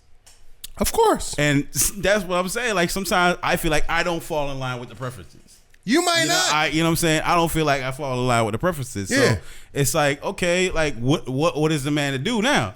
It's like, yo, do you starve or do you eat? You got to fucking hunt where you know how to catch. I think I think a lot of this shit has to do with a lot of these black women feel that black women go for or stand up for black men, right? Yeah. And again, like you just said, and me and you were saying together, that black women have preferences just like everybody else does. Yeah. And I don't think it's a situation where, okay, if you're a black woman, then yo, I stand up for black women, black men, and I'm attracted to black men and da-da-da-da-da. Yeah, you might be attracted to black men. You might be attracted to light-skinned black men. You might be attracted to dark-skinned black men. You might be attracted to Spanish dudes, white dudes, whatever the case is. Everybody has their freaking preferences. Yeah. The thing where it comes into question is if I'm downgrading to uplift. Yeah, that's absolutely that's where the problem lies. I don't have to downgrade to uplift. And that's what Maul is a victim of doing right now, I feel. Yeah. And then again, I don't want to say that he's a victim of doing that because... But he did it, though. I'm not trying to... He did. So he is. He did. But it could be just jokes at 2 o'clock in the fucking morning. For 5 years? When you say that, it's not like 5 years straight. Yeah, you know what I'm saying? 5 years. There was like 2010. I think it was 2012, and then 2015. Okay, so imagine all the jokes that's not being tweeted out, bro. You know what I'm saying? Like, imagine all the sentiments that and for again, 5 years you've been feeling that way. If there's hints of it, that's who you are. That's what you are. You can't hide from it. True. And I'm not. You know what I'm not trying to stand up for him. I'm not. I'm not trying to shade him either. What I'm trying to say is, bruh, Maul, maybe you need to realize, just like I'm realizing now, black women are under attack. Yes. It's a fact. Yes. You see what I'm saying? Yes. You know what I mean? If they're not your preference, let's just do more to uplift them, or you know what I'm saying, highlight them. Let's not throw shades out there. Let's not make it any difficult for them out there, because it's already a hard battle for them. But to be honest with you, sometimes I look at that and I disagree with that statement too, that there is a hard battle for them, because there's a lot of dudes out there, plenty, thousands, millions, that love black women, that love dark-skinned black women. It's white dudes, whoever that loves dark-skinned black women. Okay, and now you're going to get into their preference then right now. Yeah, go ahead, say it. Yeah, it is their preference. You know what I'm saying? No, I'm talking about what do you finish out the statement you're gonna make now? What statement? I feel like my ignorance say, I feel like just like you said, there's thousands of men out there that love black women, but I always felt like the black woman's preference is the dog nose. You think so? I feel so, my nigga. No, I can't. That's a perception I get. You might be a little tainted by the South Florida, you know what I'm saying, demographic or whatever. Yeah. And that could be 100% true. Yeah. I'm not saying that it's not true. Yeah. You know what I'm saying? But what I'm saying is that everybody has preferences. I personally, over all different ethnic groups, over all shades of color, right? Yeah. Personally, even though I'm married to a light-skinned black woman, I feel like the dark-skinned black woman is probably the most beautiful woman on the planet. All right. That's how I feel. Right. But again, I'm not going to sit here and down dark-skinned chicks. I feel like my ex, she's a beautiful woman. You know what I'm saying? I had looked forward to marrying her at one time and whatever. It just didn't work out. Yeah. I find the dark-skinned woman as probably the most beautiful woman on the planet. I'm just not with one. Right. You know what I'm saying? Yeah. But I'm not going to tear down a dark-skinned woman to uplift a light-skinned woman. Right. I'm not going to tear down a dark-skinned woman to uplift a Spanish woman or a white woman or whatever. I'm a dude. I like women, period. Yeah. I have a preference in women, yes. But I love pussy more. It is what it is. Yeah. You know what I'm saying? Yeah. So when it comes to Maul, it seems like with these tweets, it seems like he is tearing down black women. Yeah. It seems like he's tearing down black women to uplift Spanish and white women or whatever the case is. Mostly Spanish women in this situation. I don't agree with that shit. He's trying to lift up their stocks of the people, the females. Like he's trying to make them the wave. Yeah. And that's bad. And then on top of that, though, I'm saying that I'm disagreeing with what he was saying in these tweets, but also we got to look at the time of night of these tweets. And that's just my thoughts. Maybe niggas with no jobs, time of night doesn't matter, and that nigga don't look like no nigga with a job, bro. So if a nigga with no job is up at 2 o'clock, it's not questionable. He might have just woke up 2 hours ago, as far as I'm concerned. All right. Like I said, I'm not going to sit here and try to justify it. 2 a.m. tweets is different for me than it is for Maul. Maul don't got no fucking job, bro. I don't seem like he ever had a fucking job either. Exactly. Nigga, Kareem Biggs is my brother. Yeah, exactly. I'm Biggs' brother, not Biggs' brother. Yeah. So, hey, man, Maul, you need to address this shit on y'all motherfucking podcast. Y'all got a big enough platform to do that shit. They ain't gonna do that. They scared of that shit. Don't be scared. Don't be a fuck nigga. They are scared of that shit. They've been running from that shit for a while now, bro. Hey, man. They came at Joe. And you know what I'm saying? Rory just proposed to his girl. And his girl's a black woman, right? Black, dark skinned female. So okay. I just think they're gonna stay the fuck away from all that shit. So let's we ain't that big at Bootleg, so we can address it here. So let me do it like this. Niggas is too big to address that shit over Let me do it like this. Yeah. I got Twitter too. Yeah. Not that I post a whole bunch of shit on Twitter, but my Twitter name is P-Double. P-E-E-D-U-B-L-E. Y'all motherfuckers search through my shit. If y'all find some questionable shit, at your boy. You're not gonna find nothing questionable. At your boy. And I don't think like I said, you might find some sexist type shit in my shit. I'm not gonna lie. Yeah. But at your boy, if y'all feel like, you know what I'm saying, I done said some questionable shit, and I'll address it on the motherfucking podcast. Okay. Yeah. And we'll get past it. Yeah. You know what I'm saying? That's all it is. But you know what I mean? Nigga, if that's the case, Maul, Joe, all y'all, Rory, even though I know you're not really a part of this shit, all y'all need to address this shit, man. Yeah. Maybe y'all might have addressed it, or maybe y'all might be coming up on the upcoming episode or whatever, but address that shit. It's too hard to address because it's just so many. It's like even what we're here talking, and even though we might feel like, you know what, I feel like I'm saying all the right things. I'm just saying what applies to me. Mm-hmm. It's hard to tell what's gonna be taken away from what you said to be used as something offensive. You see That's true. I agree with that 1,000%. But at the same time, you can only speak your truth, and I can only speak my truth, bro. Yeah, but what I'm saying is like when people are hanging on to your every word, it's harder. True. You see what I'm saying? We're speaking freely right now, but when you're in a situation where you're accused of something, and now you have to bring clarification, it's a little different. Hey, man, it's like you got to tiptoe. You know I hope y'all don't hang on my fucking every goddamn word. Yeah, man. Yeah. Hang on these nuts, nigga. Oscars. I know you ain't watched that shit. I ain't watched no Oscars, and I ain't watched that shit neither. But it's two prominent people that, three prominent black folks specifically that won Oscars. Regina King, and I want to speak on Regina King first. She won for best supporting actress for If Beale Street Could Talk. I love me some Regina King, bro, and my wife knows that too. I ain't see that movie though. I ain't never seen it either. Yeah, but I just wanted to say that. I love me some Regina King. I think she's a beautiful woman, dude. Yeah, I agree. You know what I'm saying? I say it to my wife every time she come on the screen. Yo, that's my my fucking Hollywood wifey right there. You know what I'm saying? Yeah. Because we know, both me and her know that. You know what I mean? It'll never happen. But she know what the deal is with me and Regina. Okay. Hey, you had a lot of baddies at the birthday party. Shout outs to all of them. So how you doing? Could have been a lot more that came through, but a lot of y'all ain't show up. But it's all good. Okay. You know what I mean? It is what it is. So shout outs to Regina King for winning the Best Supporting Actress.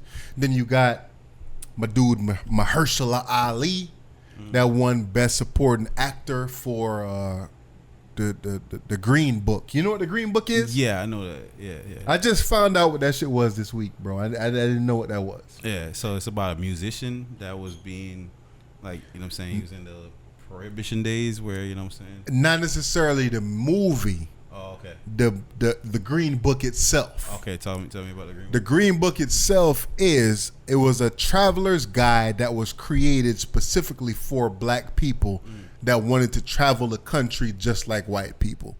And what it was is that it was a book that was created that said, yo, if you come to Montana or Oregon or Washington State or whatever, these specific hotels that you stay in are accommodating to black folks. Okay. If you want to go to a restaurant, this restaurant is accommodating to black folks or whatever. So it was a black folks guide to other places in the country outside of where you're from that's accommodating to black people that want to travel the country. Well, I need one for Europe, man, because everybody I know that dark skin that went to Europe, they had a hard time, bro. Yeah, they had some hard times over there. So yeah, we need agreement. And that kind of made me scared to travel to Europe and them countries like that. Yeah. And you know what I'm saying? I didn't know if that was in my mind or whatever, but it is what it is. So this came out in the 1960s or a little bit before the 1960s, and basically after the whole Jim Crow era ended with Martin Luther King and all that stuff. I think it was like 2 years or 3 years after the Jim Crow era ended, the Green Book went out of publication because it was just like, yo, this is obsolete. There's no need for this anymore because now we all inclusive and we ain't racist no more. Right. You know what I'm saying? But that's what a Green Book was. So like I said, Mahershala Ali won an Oscar for Best Supporting Actor. Yeah. And he's of the hip hop nation. You know, he was in a group, a rap group. I didn't know that. Yeah. His name was Prince Ali, and I think he was, if I'm not mistaken, the group might have been the Hieroglyphics. Oh, okay. He was a rapper, and I know a lot of that they're reposting now, and they're saying like, "Yo, man, it's good to transition. It's good to reinvent yourself." What was his name in What was his name in Green Book? Nah, in Netflix. The Netflix shit with the Marvel shit. Yeah. I forgot his name. It wasn't Copperhead. Yeah, Cottonmouth. Cottonmouth. Yeah. Yeah. I just watched Alita. He was in Alita too. Did a good job in Alita. Yeah. Dope job in Alita. I loved his role in Alita. Yeah. You saw the movie? Yeah, I saw it. Yeah, shit was fire, right? Yeah. It was dope. Okay. I'm glad they left it how they left it because that implies there's gonna be another one. So yeah. I like that. Yeah, man. Him and who else? Spike Lee. So Spike Lee won for Black Klansman Best Adapted Screenplay. Yeah. I don't know what the fuck that means, but I mean, like it's just funny seeing how now these award shows trying to pander to the black audience, but at the same time, it's like it's at a time where we really don't give a fuck. Exactly. So when I see these award shows, when you see Spike Lee jump up on fucking Samuel L. Jackson and hug him like, yo, I finally won an Oscar. Yeah. When you see Regina King out there celebrating like, oh, I finally won an Oscar. Mahershala Ali, I finally won an Oscar. Is that a way of saying that we want or we need acknowledgement from white people? To show that we are successful, to show that we're talented, that we are equal, that like, are we still on that level, bro? I feel like it's just a misconception. I feel like people attributed the Oscars and all these awards to white people when I don't feel like that's necessarily what it was. You see what I'm saying? I feel like it was film and all those things in those times, you know what I'm saying, were brought to you on behalf of white people. And Hollywood and everything like that, that was brought up by the mobsters and all this. Yeah, it was their culture, so they celebrated themselves in it. You know what I'm saying? And it became a prestigious look, and they all came into agreement to up the stocks of the Oscars and say, "Yo, this is a prestigious thing." However, you know what I'm saying, as time go by, and you know what I'm saying, people wanted to get an Oscar. Black people wanted to get Oscars. Everybody wanted to win because it was deemed a prestigious thing, I feel like. Not necessarily like a white award. It's just an award show that, you know what I'm saying, was given the level of prestige, given a prestigious look. So now, you know what I'm saying, to call it like a white thing or da-da-da, like, yeah, I understand. Yeah, mostly it's catered to white people and everything like that, but it's an award. You know what I'm saying? And yeah, they have to take these moments right now to be more inclusive for black people, and eventually, you know what I'm saying, hold these awards to a higher level and continue to give it to black people and those whatever nation or nationality that are deserving of it. And you know what I'm saying, eventually, you know what I'm saying, it'll come out to be, you know what I'm saying, a all-inclusive thing. But for now, I feel like it's a forced thing right now. It's a forced act. Like, I feel like are they really doing it because these people are deserving of it, or are they trying to be inclusive because it's the right thing to do? Hattie McDaniel was the first black woman to receive an Oscar, and she received an Oscar for the movie Gone with the Wind.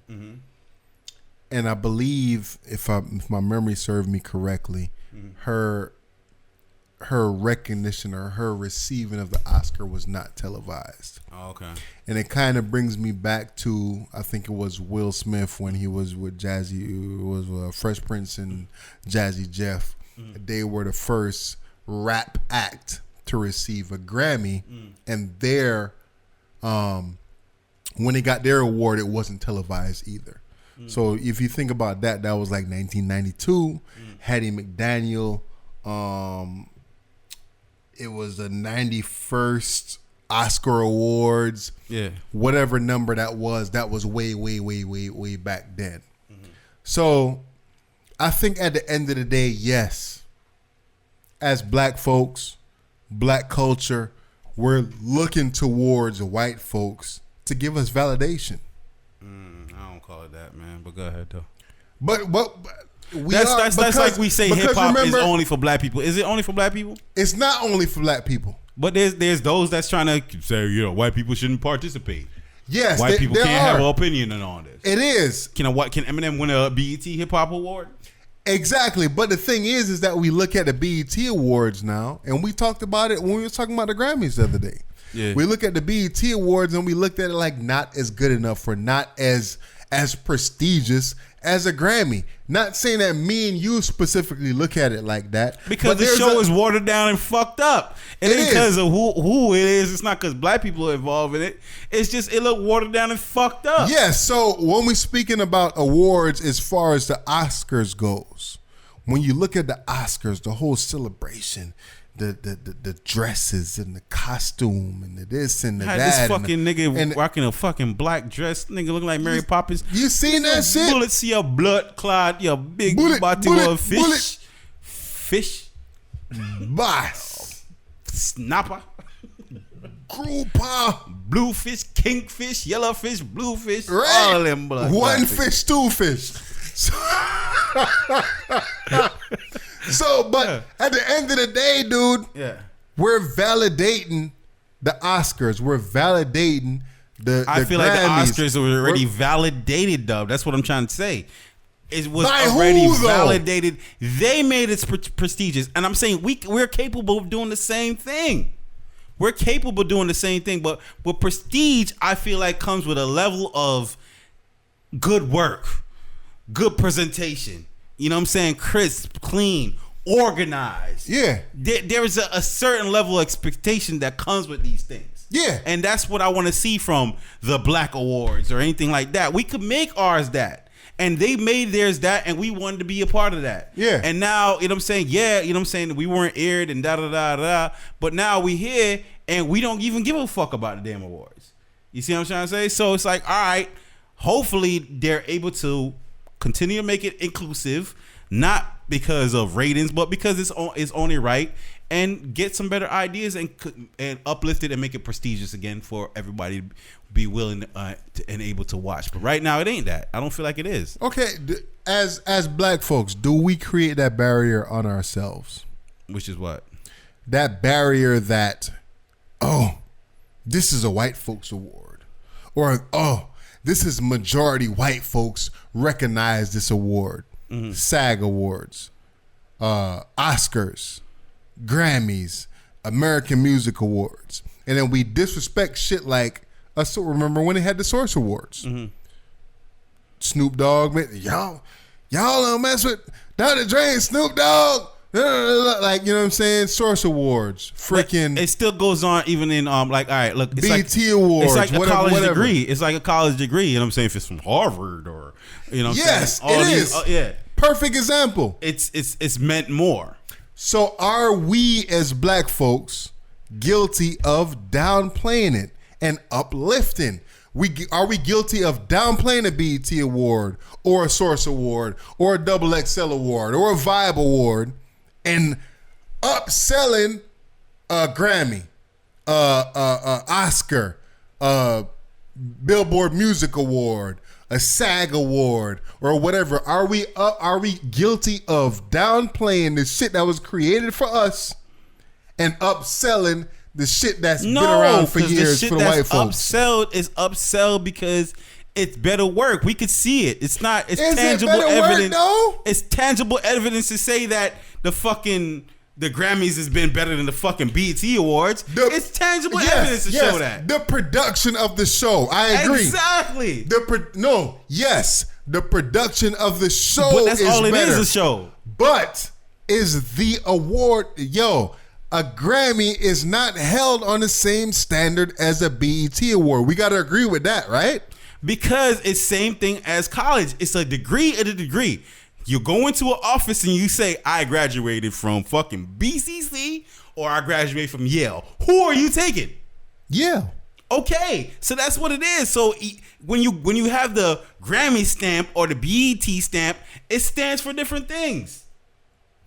Is that our fault? Is what I'm saying to you. It's not our fault. It's not our fault, or we're not at fault for minimizing the BET Awards or minimizing. The BET has only been around for a little while. You know what I'm saying? Let's call it about 25 years or so. Yeah. And then the fact is they haven't Probably not even that long. Yeah, they haven't taken the time to elevate it. You see what I'm saying? Like the BET Awards probably even shouldn't be shown on VT.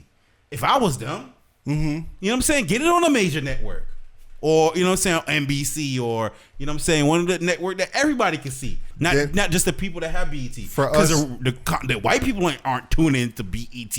For us on it's BET, my nigga, black entertainment. For us on the outside looking in, it's easy for us to say, yo, yeah, get it on a NBC or get it on a ABC or da-da-da-da. But what if ABC, NBC, all these white networks shun the BET Awards?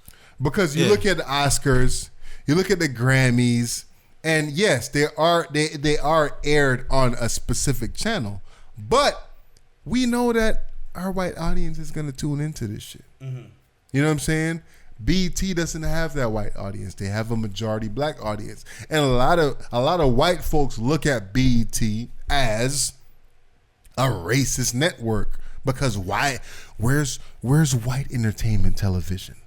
Why do we call this black entertainment television? And just by the name alone, the name association alone, a lot of people are not gonna fuck with it because this is black entertainment television. Okay, and I can hear your sarcasm, but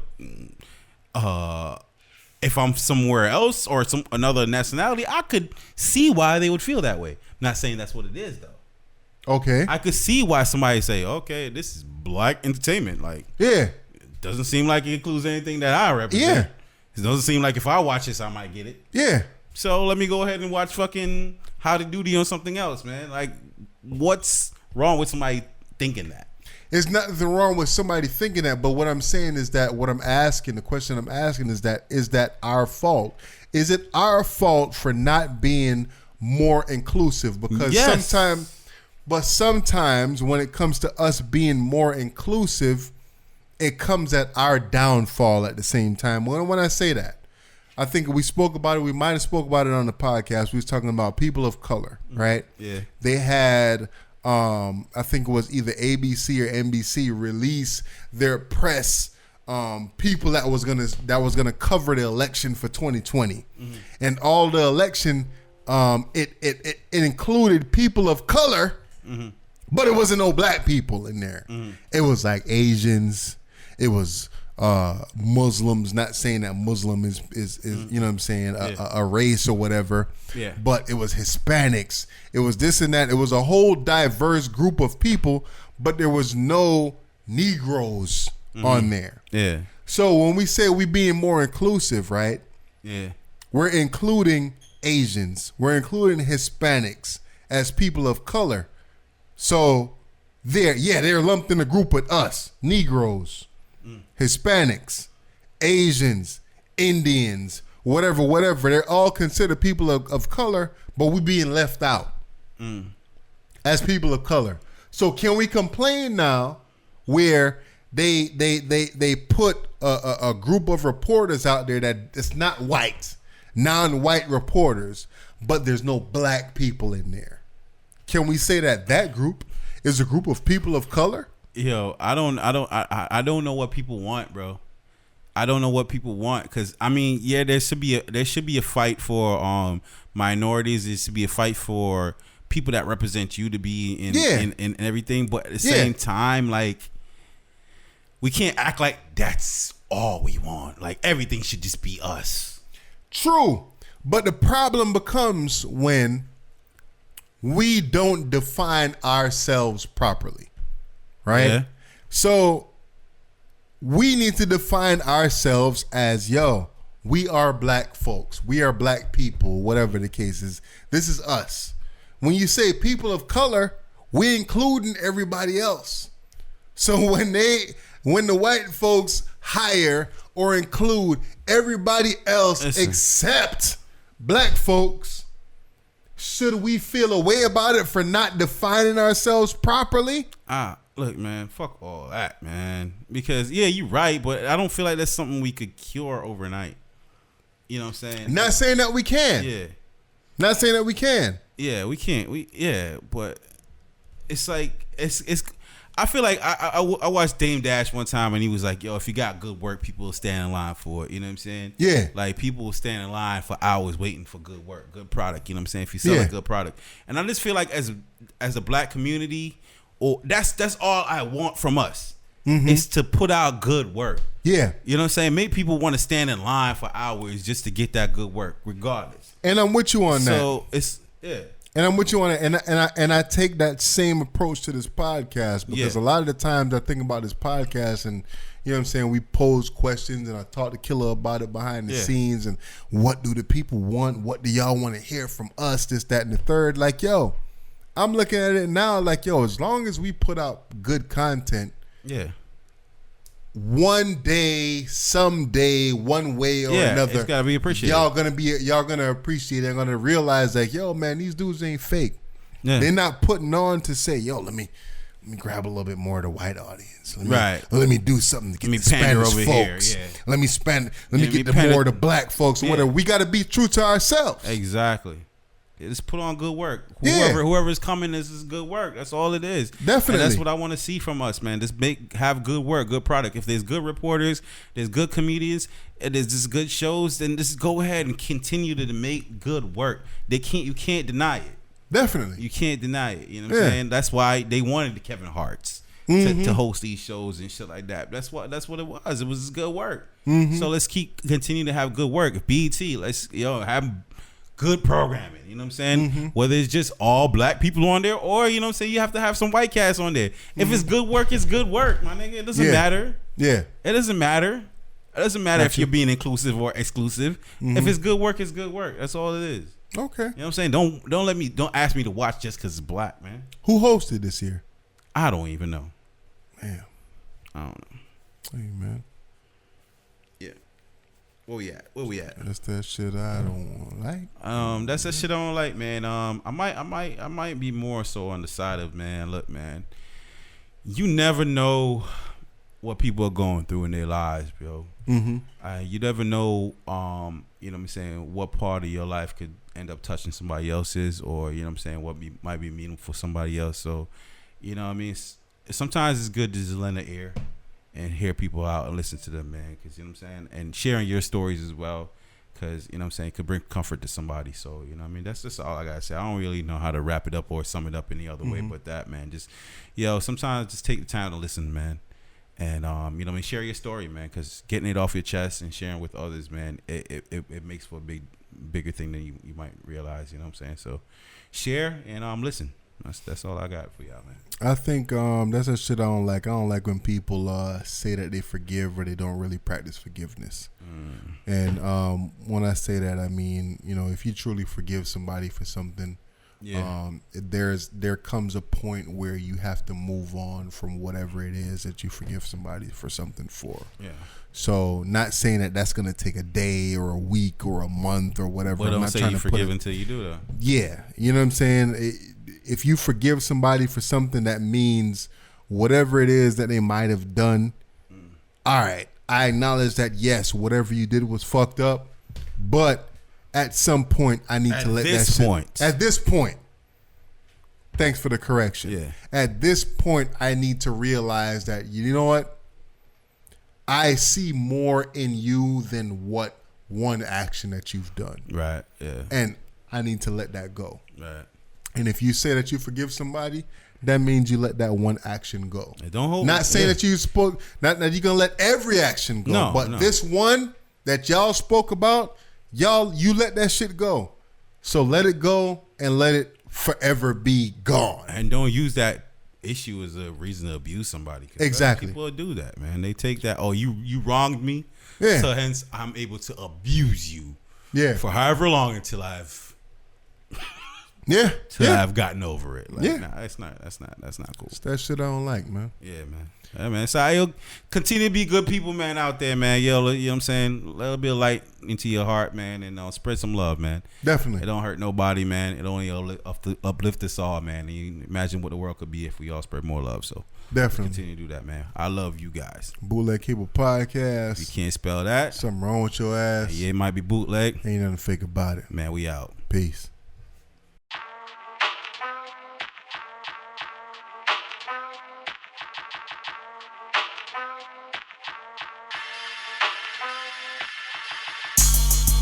Bootleg Cable Podcast.